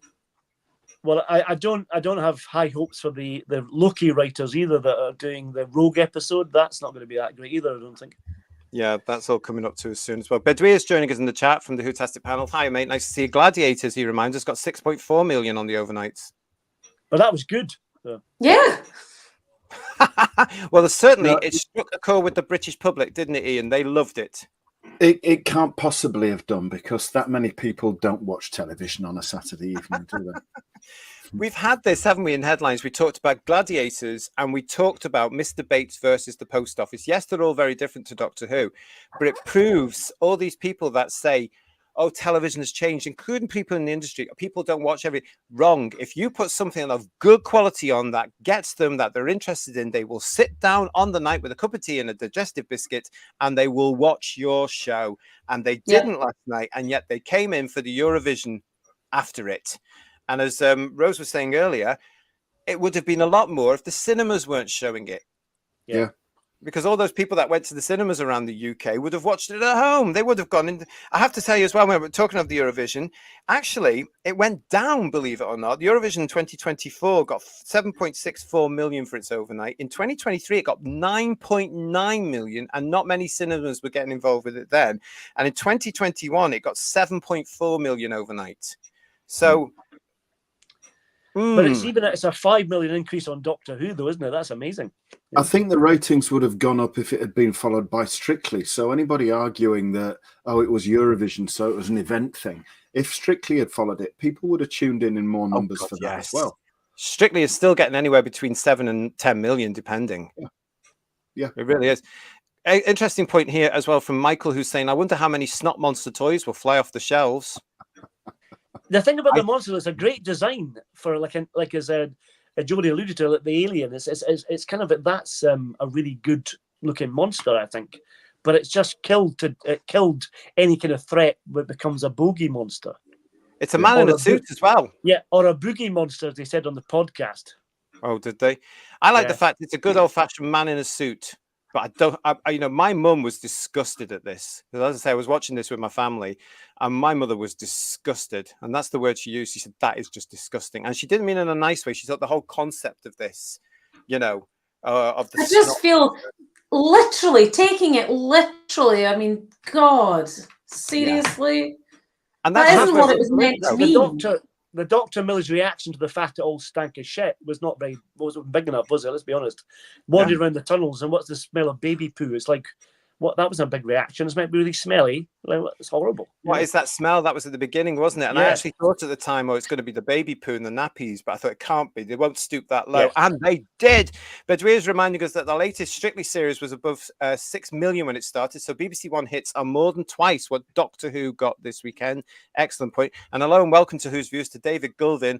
Awful, childish script, terrible pacing, poor direction, crummy editing with non-engaging characters, and how it even got made and broadcast is unbelievable. Well, I'm going to agree with you on that 100% on every single point you've made. I just love that. Don't forget, if you did like the show, this is Who's Views. It's all about the views.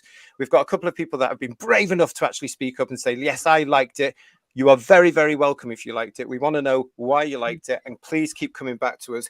Nothing will happen to you on this particular show, apart from the fact that I am bringing back a great British tradition of boiling you in oil. Just kidding. You are all very welcome. It's lovely to see you. But I have got a deal with McDonald's for recycled oil. Just Jordan is saying to us here, what worries me is the biggest chat I see around the show is the dismal vitriol some fans are throwing at one another. We all want to love Doctor Who. We do. And Just Jordan, and hopefully what we're building here is a lovely community where that's not going to happen on this channel. It's called Who's Views for a reason. I can't be done with all that. I've had that myself through various things. I've had the TQ cult members getting at me.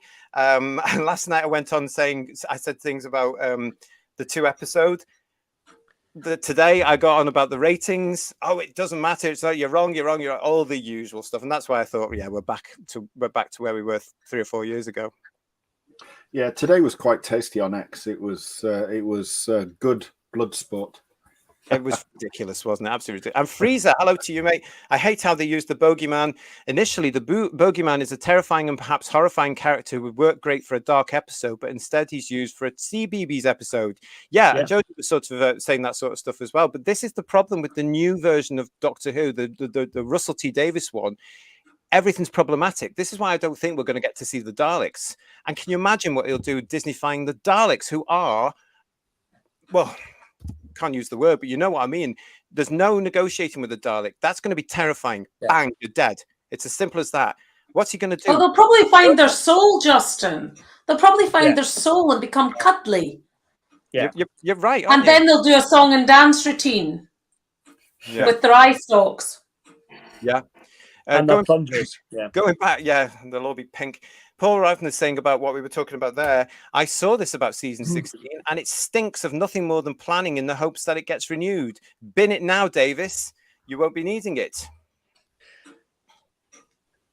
I'll be intrigued to see whether or not Sony might encourage funding to keep it going, though, if Disney doesn't. I don't think they need it. I've said before, haven't I? And I'm going to say it again now because we've got a big audience watching us. All they need to do, BBC Studios has the money. Bad Wolf can invest in this as well, as the original plan was. I think what they need to do is just get rid of Russell and get somebody in that A, knows Doctor Who, and B, loves Doctor Who, and will write Doctor Who without any of the agendas being pushed into it. And then BBC Studios, all you need to do is open up the iPlayer. We have shown on this, and our lovely Who viewers that watch us from outside the UK have told us they are watching the iPlayer from out of the UK. They can access it. So, solution to what's going to happen to you in the future with the TV license being dismantled at some point and scrapped, iPlayer, make it a subscription service, especially to those out of the UK. And then if you're pushing people, as you are doing in the UK, onto the iPlayer, make Doctor Who for both BBC One and the iPlayer, and let people from out of the UK pay for it so they get it at the same time as Britain. For me, it's not rocket science. You don't need these big multi-platform. Turn the iPlayer into a version of Disney, because people out the UK want to watch Fawlty Towers, Dad's Army, Are You Being Served, To the Manor Born, all the big dramas, the big dramas we've had over 100 years of the BBC. Use your nonsense, make money. It's a stretch. I just don't understand why they've killed this cash cow. Yeah. Again, finally, this time, vote. But you're right with sacking Russell T Davies, and it's that line that a certain previous doctor came out with himself, isn't it? But they need to employ somebody that can do the job competently, and I think somebody like Gareth Roberts would be fantastic for it. Oh, Gareth would love it, I'm sure. I'm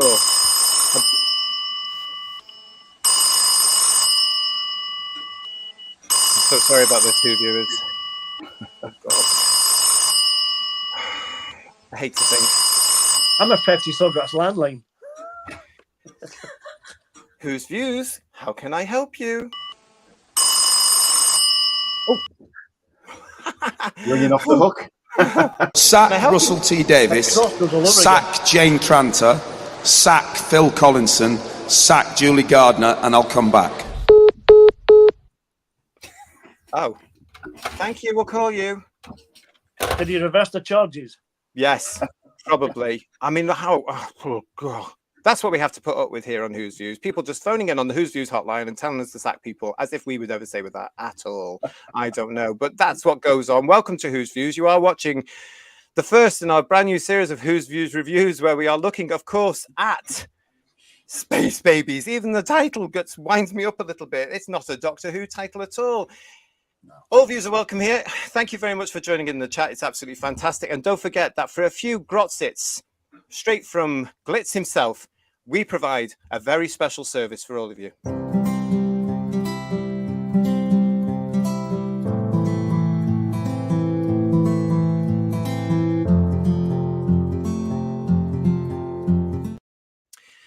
Right, well, we're going to move on now to Uncle Sid.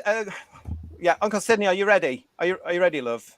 Uncle Sydney is nearly ready. If you are new to Who's Views, this is the moment that you're going to love, if you haven't already.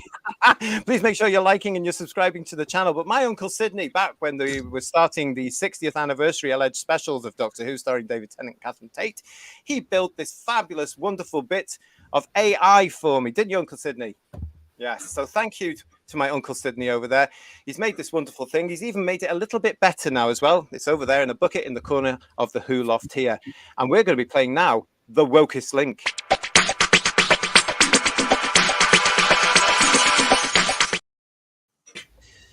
Yes. Are you excited, you guys? Are you excited about this? Yes. Oh, good. I'm so excited. Now, what this is that we have shown the Wokeometer Space Babies. Just the once, because it couldn't take any more, a bit like myself. But yeah, it chewed through it. It's also been watching us as we're talking about this. It's been talking. It's been listening to all your views as well as I've been reading them out. And we are now going to ask the Wokeometer, how woke was this particular episode? It's out of 10. So let's see what the Wokeometer says. Where will it go to? Oh, I am so excited about this.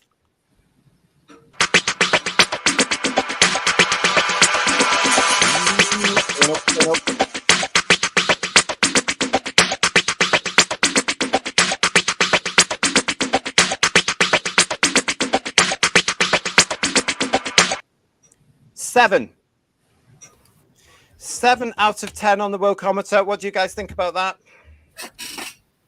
Yeah, it's probably fair. I think the worst part was the refugee bit. That was really forced in, wasn't it? Well, let's come to that. What was that about? But it was very, very, very unsubtle political commentary, wasn't it? Was it needed though? I mean, how did it fit into the story, Ian? I mean, the Wokeometer's given this 7 out of 10. Let's see where that goes in future episodes. Where we start this series with 7 out of 10 with the Wokeometer. God knows what's How far does it go up, GT? Is it about 45? It's out of 10. It's out of 10. It's out of 10. Yeah. So who knows what's going to happen with that? But I mean, I was expecting more, to be honest, out of this, knowing where Russell was coming from. So there were two things I think we got here. I do know the one thing about the whole refugee thing. Why? Just why?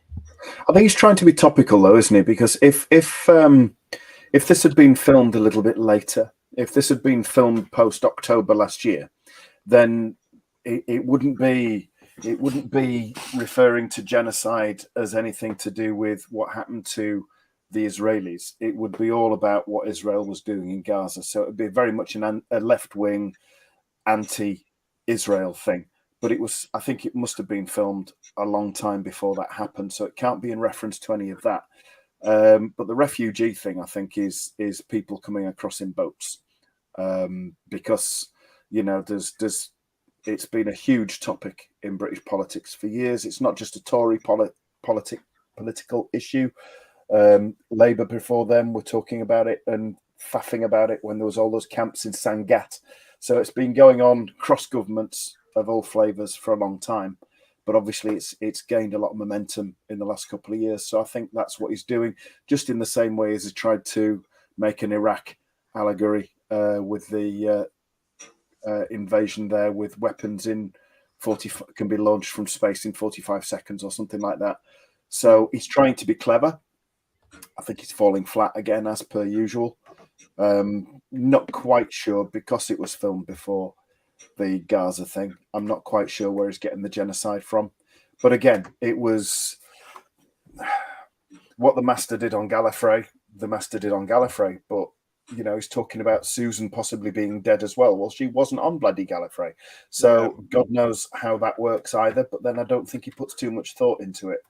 So, but yeah, and there was the odd hint about abortion allegories as well, wasn't there? So that was the other thing as well. Yeah, that was the other. I've got that here as well. I mean, is that? I mean, that's not even affecting. Forgive me, it's not. Based in the UK, that's more of an American thing. What's going on there? American thing. That's actually preaching to the American audience alone. Only the American audience would get that picture, get that message. So this is the problem when you're doing something like this. So why bother with the messages in the show anyway? Well, I just think they were subtle. It used to be subtle about how they delivered messages. It was woven into the story, and it wasn't pointed out. It's now being pointed out. We're not thick. It's just horrible when it's pointed out. It just seems, I don't know, it jars horribly. Yeah. I'm surprised there's not when children need, they had the numbers coming up underneath to donate money. I'm surprised there's not a helpline not coming up underneath for if you're affected by any issues in the programme. It comes up right in the middle of it, It's strange you said that, because I was expecting some sort of helpline number at the end of the episode like they do if you've been affected by issues in this story. Well, they did that with Vincent and the Doctor, didn't they? By mental health. Yes, that was interesting. But, Well, yeah, they did. I hated the going on about individuality as well. Yeah, I mean, God, really? You're Yeah, special. Yeah. well done. Yeah, because that's the other thing I've put down here. Sorry, yeah, I should have mentioned that as part of this with the whole Wokeometer thing. That whole thing was a message, wasn't it, to tie around with the TQ cult agendas that they have, that they all share here. That was about that. That was a subtle message, but it came through. And I'm sure it delighted the Metro readers. We're going to be coming to the Metro in just a couple of minutes. Hello and welcome to Ron. Just remember, this is not Doctor Who anymore, but some watered down version for a new audience, and it will fail. As we were saying earlier, Ron, what new audience? Because it doesn't seem to be there. And Kieran is joining us. Nice to see you, Kieran. Welcome to Who's Views. If Sidney Newman was with us today, and if he saw what's happening with the show today, he would be absolutely livid. Sidney Newman, gets more credit than I don't know. Oh, different subject. Let's move on. Like I said at the start of the show, I think that Michael Grade must be rubbing his hands, really. But yeah, I don't think he cares about that anymore, is he?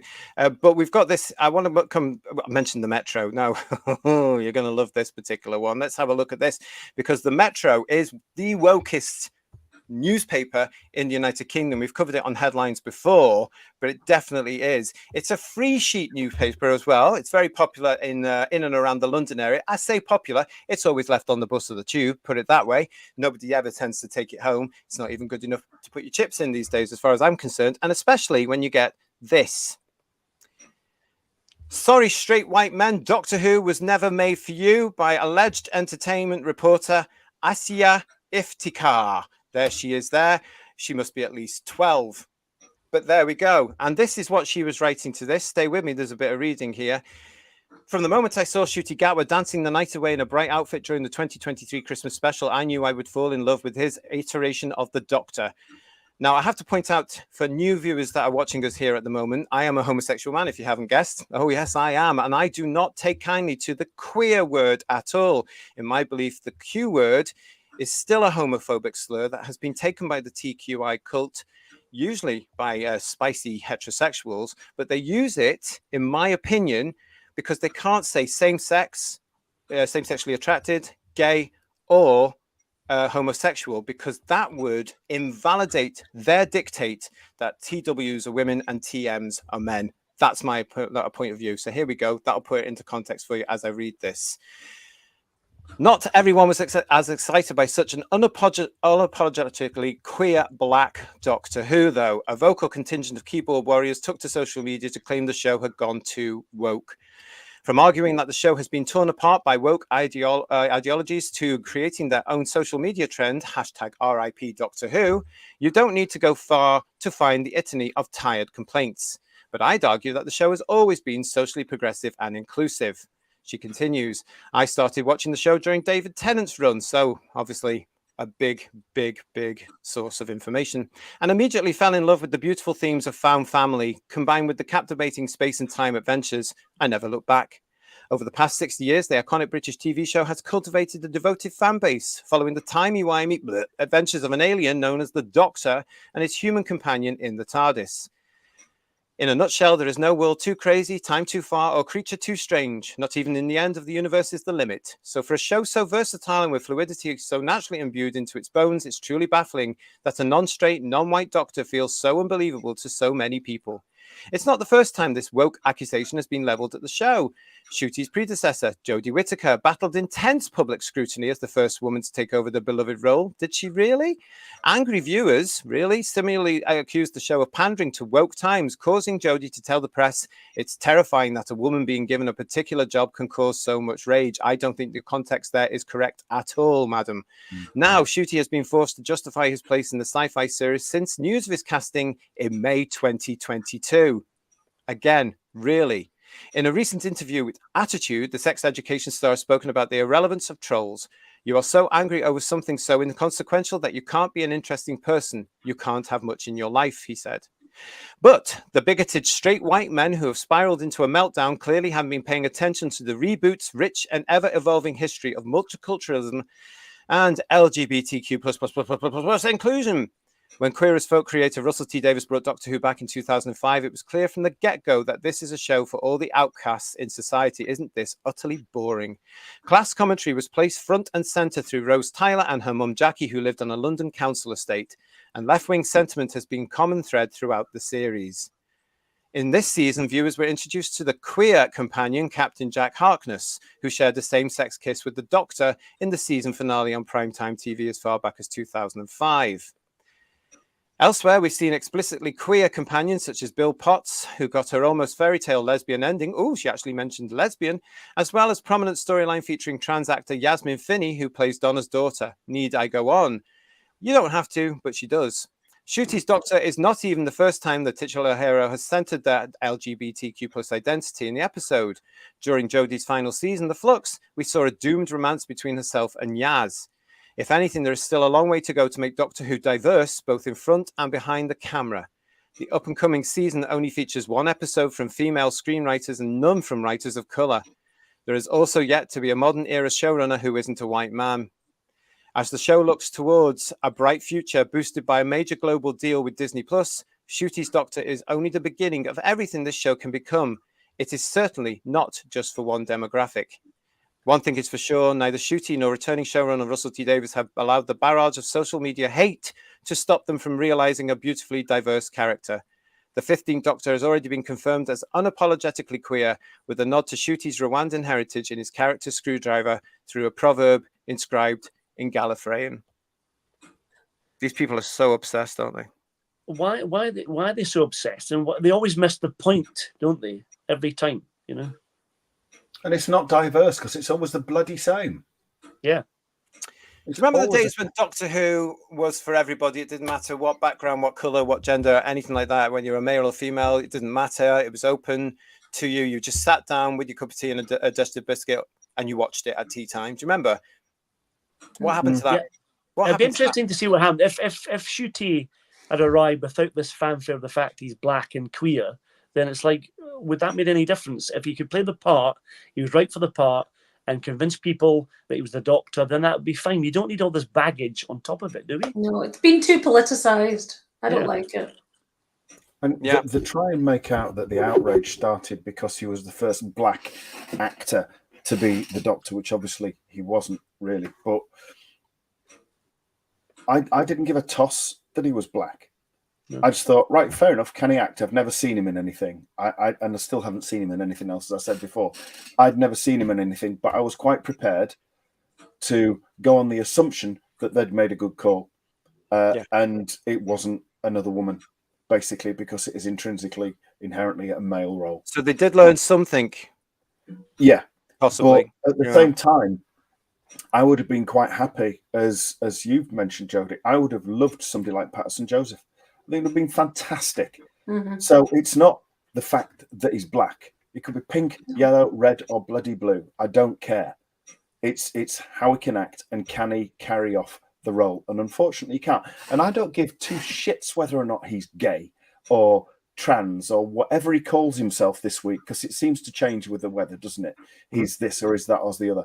And I don't care about that either. What I do care about is I'm trying to bring that into the role, because that's not what the Doctor is. That's not what he is at all. He's not sexual in any way, shape, or form. But they're doing that. And they've been pushing to do that for a while through Whittaker and all the rest, all the stuff that they've been slipping in, to coin a phrase. But it's those things that we object to. But because they're small-minded pygmies, intellectual idiots, that they can't actually understand other people's points of view, that they have to put it down in the most basic common denominator. Oh, he's black, so you don't like him, therefore you're a racist. You're full of hate, you're an ist, you're a phobe. And that's the only way that they can reconcile it. Then they can't reconcile it for the actual reasons that you're objecting to it, or we're objecting to it. It's just idiots. She's an idiot. The person who wrote that, she's a bloody idiot. And you can tell that by the rubbish she's written. There, I said it. Yeah, and he's put his fist down. I mean, it's a shame, really, isn't it? Because a lot of we are dealing with, not all, and I want to make that very clear, but not all of that generation follow this mantra, but they are obsessed with being the right sort of person. They are obsessed with how others see them and how others. It's tragic, Justin, because they're supposed to be preaching inclusiveness. They're supposed to be preaching that. That's what they're supposed to want so badly, and yet they're excluding so many. and in a really kind of nasty way by trying to make out that we are anti things. Yes. And that's horrible. That's the worst kind of bullying. The worst kind. The worst kind of bullying is someone trying to tell you what you should believe. You should be allowed to find out things in life yourself.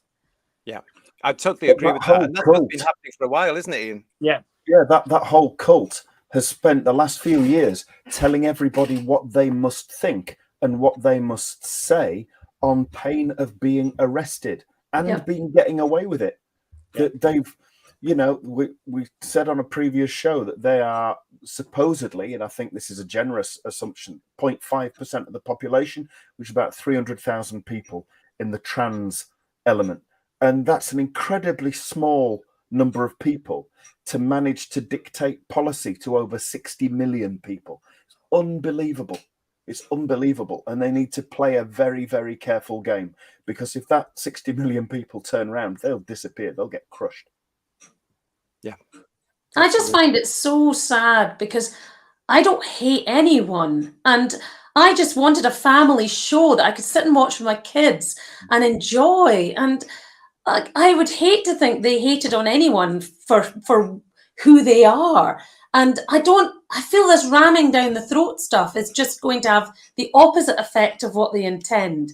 Well, and that's scary. Right. That's actually really scary. You're absolutely right. As I said, the use of the word hate is constantly used in the wrong context. There's a difference between hate and disliking something. Yeah, exactly. And that's the key, you know, and it's like I've said already, I don't think Shooty's working for me as the Doctor. If by episode 8, if I'm still watching, by episode 8 he's convinced me, I'll tell you that. And I want him to sell it to me and be the Doctor, but I'm not seeing it. But I'm happy to be proven wrong. You know, but there's nothing wrong with saying you don't like him as the Doctor. That doesn't mean to say that you are hating on what he is or what he stands for. That's what worries me. This is the same that we had with the Whittaker era, the Chibnall era. You know, when we had the fact, I don't want a female doctor. Oh, you're an ist, or you're. I mean, I've had this. You know, Joe, I've had this for years. You're an ist, you're a phobe, you're not. We're getting this again, and it hasn't helped that some of the production staff and some of the stars have actually enforce that, you know, and you know, being able to say the same sort of thing. We've been talking about it on our headline shows over the last few months, and that empowers the alleged fans and these people to turn around and say the same thing because they think they're getting into bed, not literally, with the stars of the show, because we're going to get the seal of approval from them. And it's all about validation. It's such a shame that we have an entire generation, not all of them, but the majority that we see, requiring validation, and the adults aren't in the room. It's as simple as that, because they're all bending the knee to the kids and what they think the kids are saying, and they want to be hit with the kids for some bizarre reason. The whole responsibility of being an adult and saying to them, well, actually, that's not too right, and giving them the facts and the truth has gone, as we've seen in society a lot of the way. But thank God here in the United Kingdom, we're waking up to this slowly but surely. This is the sort of stuff that I really take, you know, to heart, really, to say, actually, this could be breaking through now. People are coming to this. And the fact that they're not coming to Doctor Who in their millions like they used to do speaks an awful lot more to me than maybe to others. Andy Kidd is saying to us here, suddenly the Dalek ideology makes sense. Doesn't it just? It's very odd. And hello to Daryl. One of our favorite, if not our favorite artists here. Nice to see you, Daryl. Always a pleasure to see you. He says the Metro's account has gone on X. Nothing to do with me, mate. You know, I think, I mean, I personally wasn't really very keen on the Colin Baker era, and I think it suffered because of its time and what happened to it. But I'm not particularly keen on Colin Baker. I won't necessarily reach for a Sixth Doctor story. Does that mean I hate white heterosexual men? Because, hello. Well, why not? Everybody else does. Well, yeah, exactly. But it's just their simplistic way of looking at it. And they'll call you far right, and they'll call you N rhymes with Stasi. But what they don't realise, because they're stupid, is that the N's were actually far left. So they call you far right, and then they like attach a label to you that was actually far left, which is actually what they are. They are far left.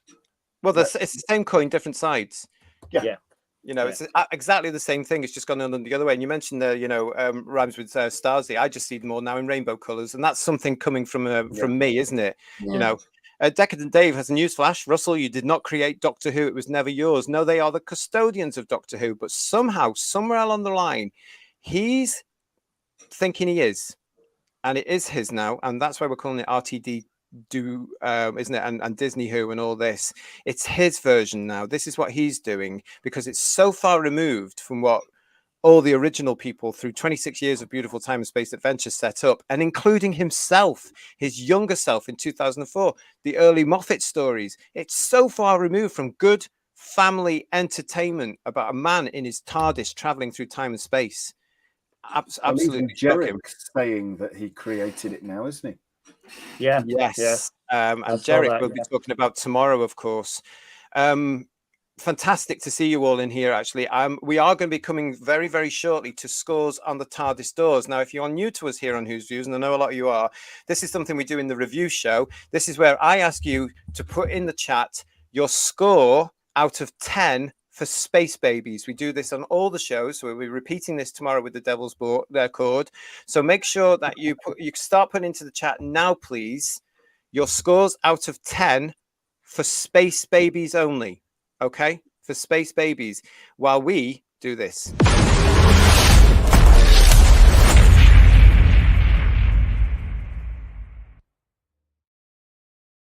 Yes, join us tomorrow, Monday, the 13th of May, here on Who's Views, same time, 7:30 in the UK, as we review and look at the Devil's Chord.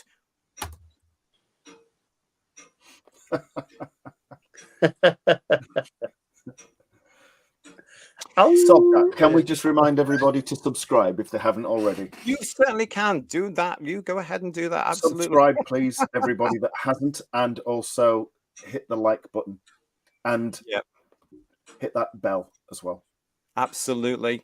We do appreciate you subscribing. It's absolutely fantastic. We've just celebrated our first year here at Who's Views. So, yeah, as we move forward, as many of you as possible will be fantastic, especially to support me going through all these next episodes. So we are coming up to scores on the TARDIS doors, which means this.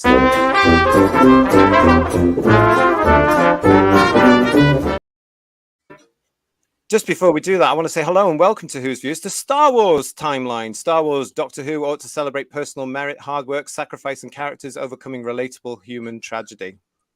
Nice to see you. And you have my sympathies as a fellow sci-fi fan as to what's going on with Star Wars, because again, it's something I don't recognize now. I have tried my very best, and I loved Star Wars, but what the hell have they done? Yes, so this is scores on the rank. Stephen. No rank.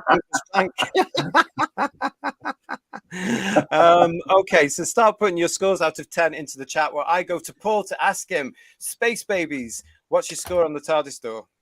Right, well, this is a tough one because there were a couple of little bits I liked in it. Okay. And because of that, I'm going to give it 1. A 1 out of 10 from Paul. Okay. And we'll go to Ian, Third Doctor Ian. What's your score out of 10? Sorry, I just can't. It has to be a big fat 0 from me. I would say half, because it had an episode ending. It finished, but unfortunately, it went straight into another one. So I'm not even going to give it that.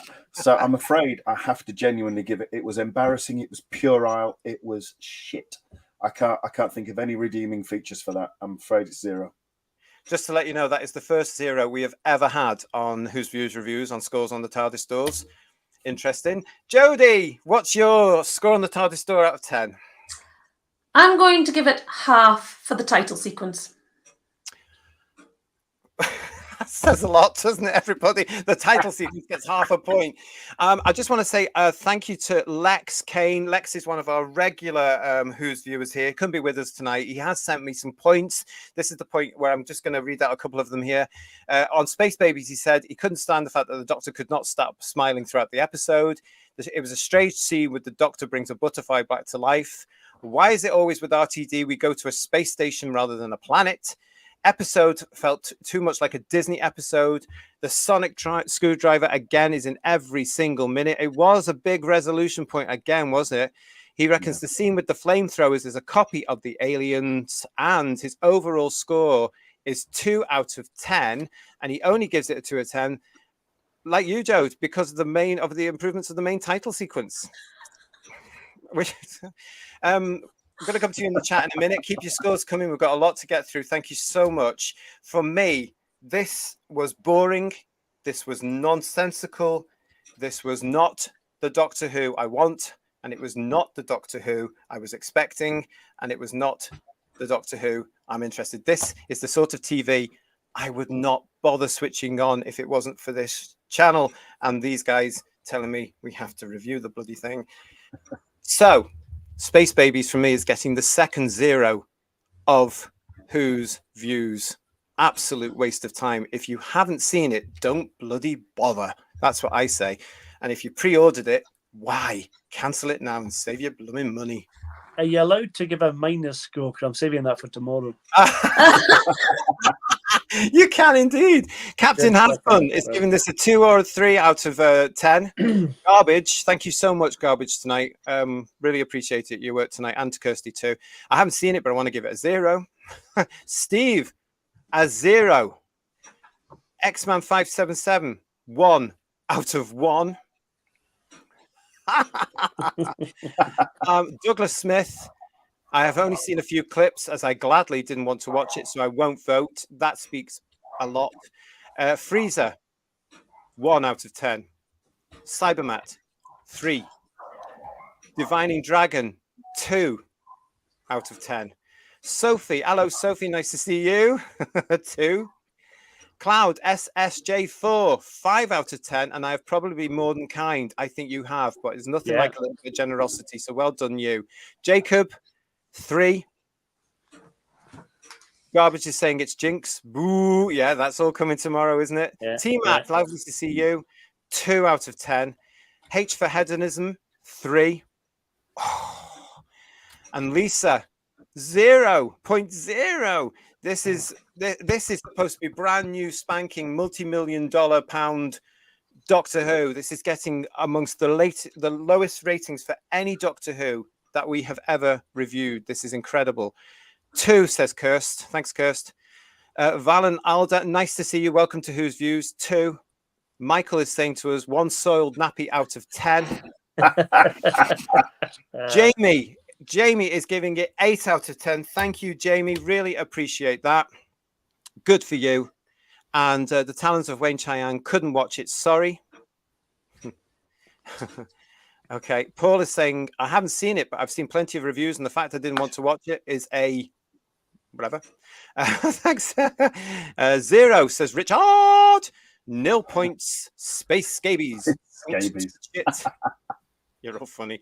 Dave the Debaser is giving it 1. Oh, here we go again with John Cartwright. Nice to see you, John. 0 out of 10. So Paul is giving it a 0. Raymond, 0.5. That's for the theme tune titles. It was awful on an epic scale. Dino, 0. Crimpoline, Doubloon, 2. Keep them coming. John is saying 10. I love this. I love this. Yokai 63, 2 out of 10. Minus. Oh. Minus. Yeah. Oh, sorry. Is that a minus? Okay, thank you. The 10 was minus as well. Yeah. Andy Kidd, 6 out of 10. Actually, the monster wasn't shite. Thank you, Andy. No, it was snot. It was snot. Yeah. Gemma, the lovely Gemma, is with us. 1, only because it came to an end. Well, there was another one straight after you. X-Man 577, applause. Happy birthday for your first year. Thank you so much. We do appreciate that. Dale, lovely to see you. A snot monster says it all. 0 out of 10. Russell T. Davis and your crew, I hope you are watching this. This is your audience. Peter Davis is saying to us here, my score is the same as the UK got from the televote on ESC nil point. Oh, it was bloody awful though. I didn't watch it, but it was bloody awful, wasn't he? Dalek, I love you. I could only stomach about 15 minutes, but it's enough to give it 1 out of 10. Saladin, Ulysses of Eru. I'm saying that right, Julie? Yeah. Disney gone and ruined everything. Again. No argument for me. Yeah, absolutely. Simon is telling us he's off to photograph the Northern Lights in London again tonight. That's a bit worrying. Who'd have thought when we were kids, guys, that we'd be able to see the Northern Lights from our bedroom window here in the UK? Yeah. I'm a bit worried. Call me paranoid. Komodo, 1 out of 10. Thank you for joining us. Really appreciate it. The scores are all coming in, guys. Look at this. Graham Kirk has given it 3.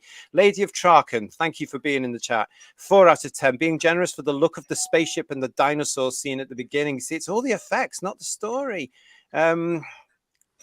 Thank you very much. Limykins 2, only for the nanny filter, which made me smirk a bit, and I need some space for a lower mark tomorrow. Okay, come back and see us tomorrow.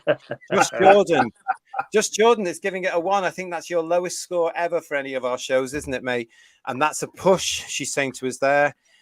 Richard is saying to us here, farting aliens, burping bins, snot monsters, what's next? Dandruff aliens? God, don't put it. Stop giving them ideas. I've told you all before. Where's Ian? Yay, Ian says. He needs to get shilling in the meter, I think. Yeah, put some money in the meter, mate. What have we got here? Decadent Dave, I totally agree. They don't deserve to use the classic logo. I know it's tarnished now, and I'm being very picky on that. Absolutely picky on that. What else we got? What else we got? What we got? Anybody else giving us anything? You're moving on now to talk about tomorrow's episode. We are going to be here talking about the Devil's Code. Come back and talk to us tomorrow about that one. Mark is saying to us 0 for the show, but a 10 for RTD pulling off $100 million con.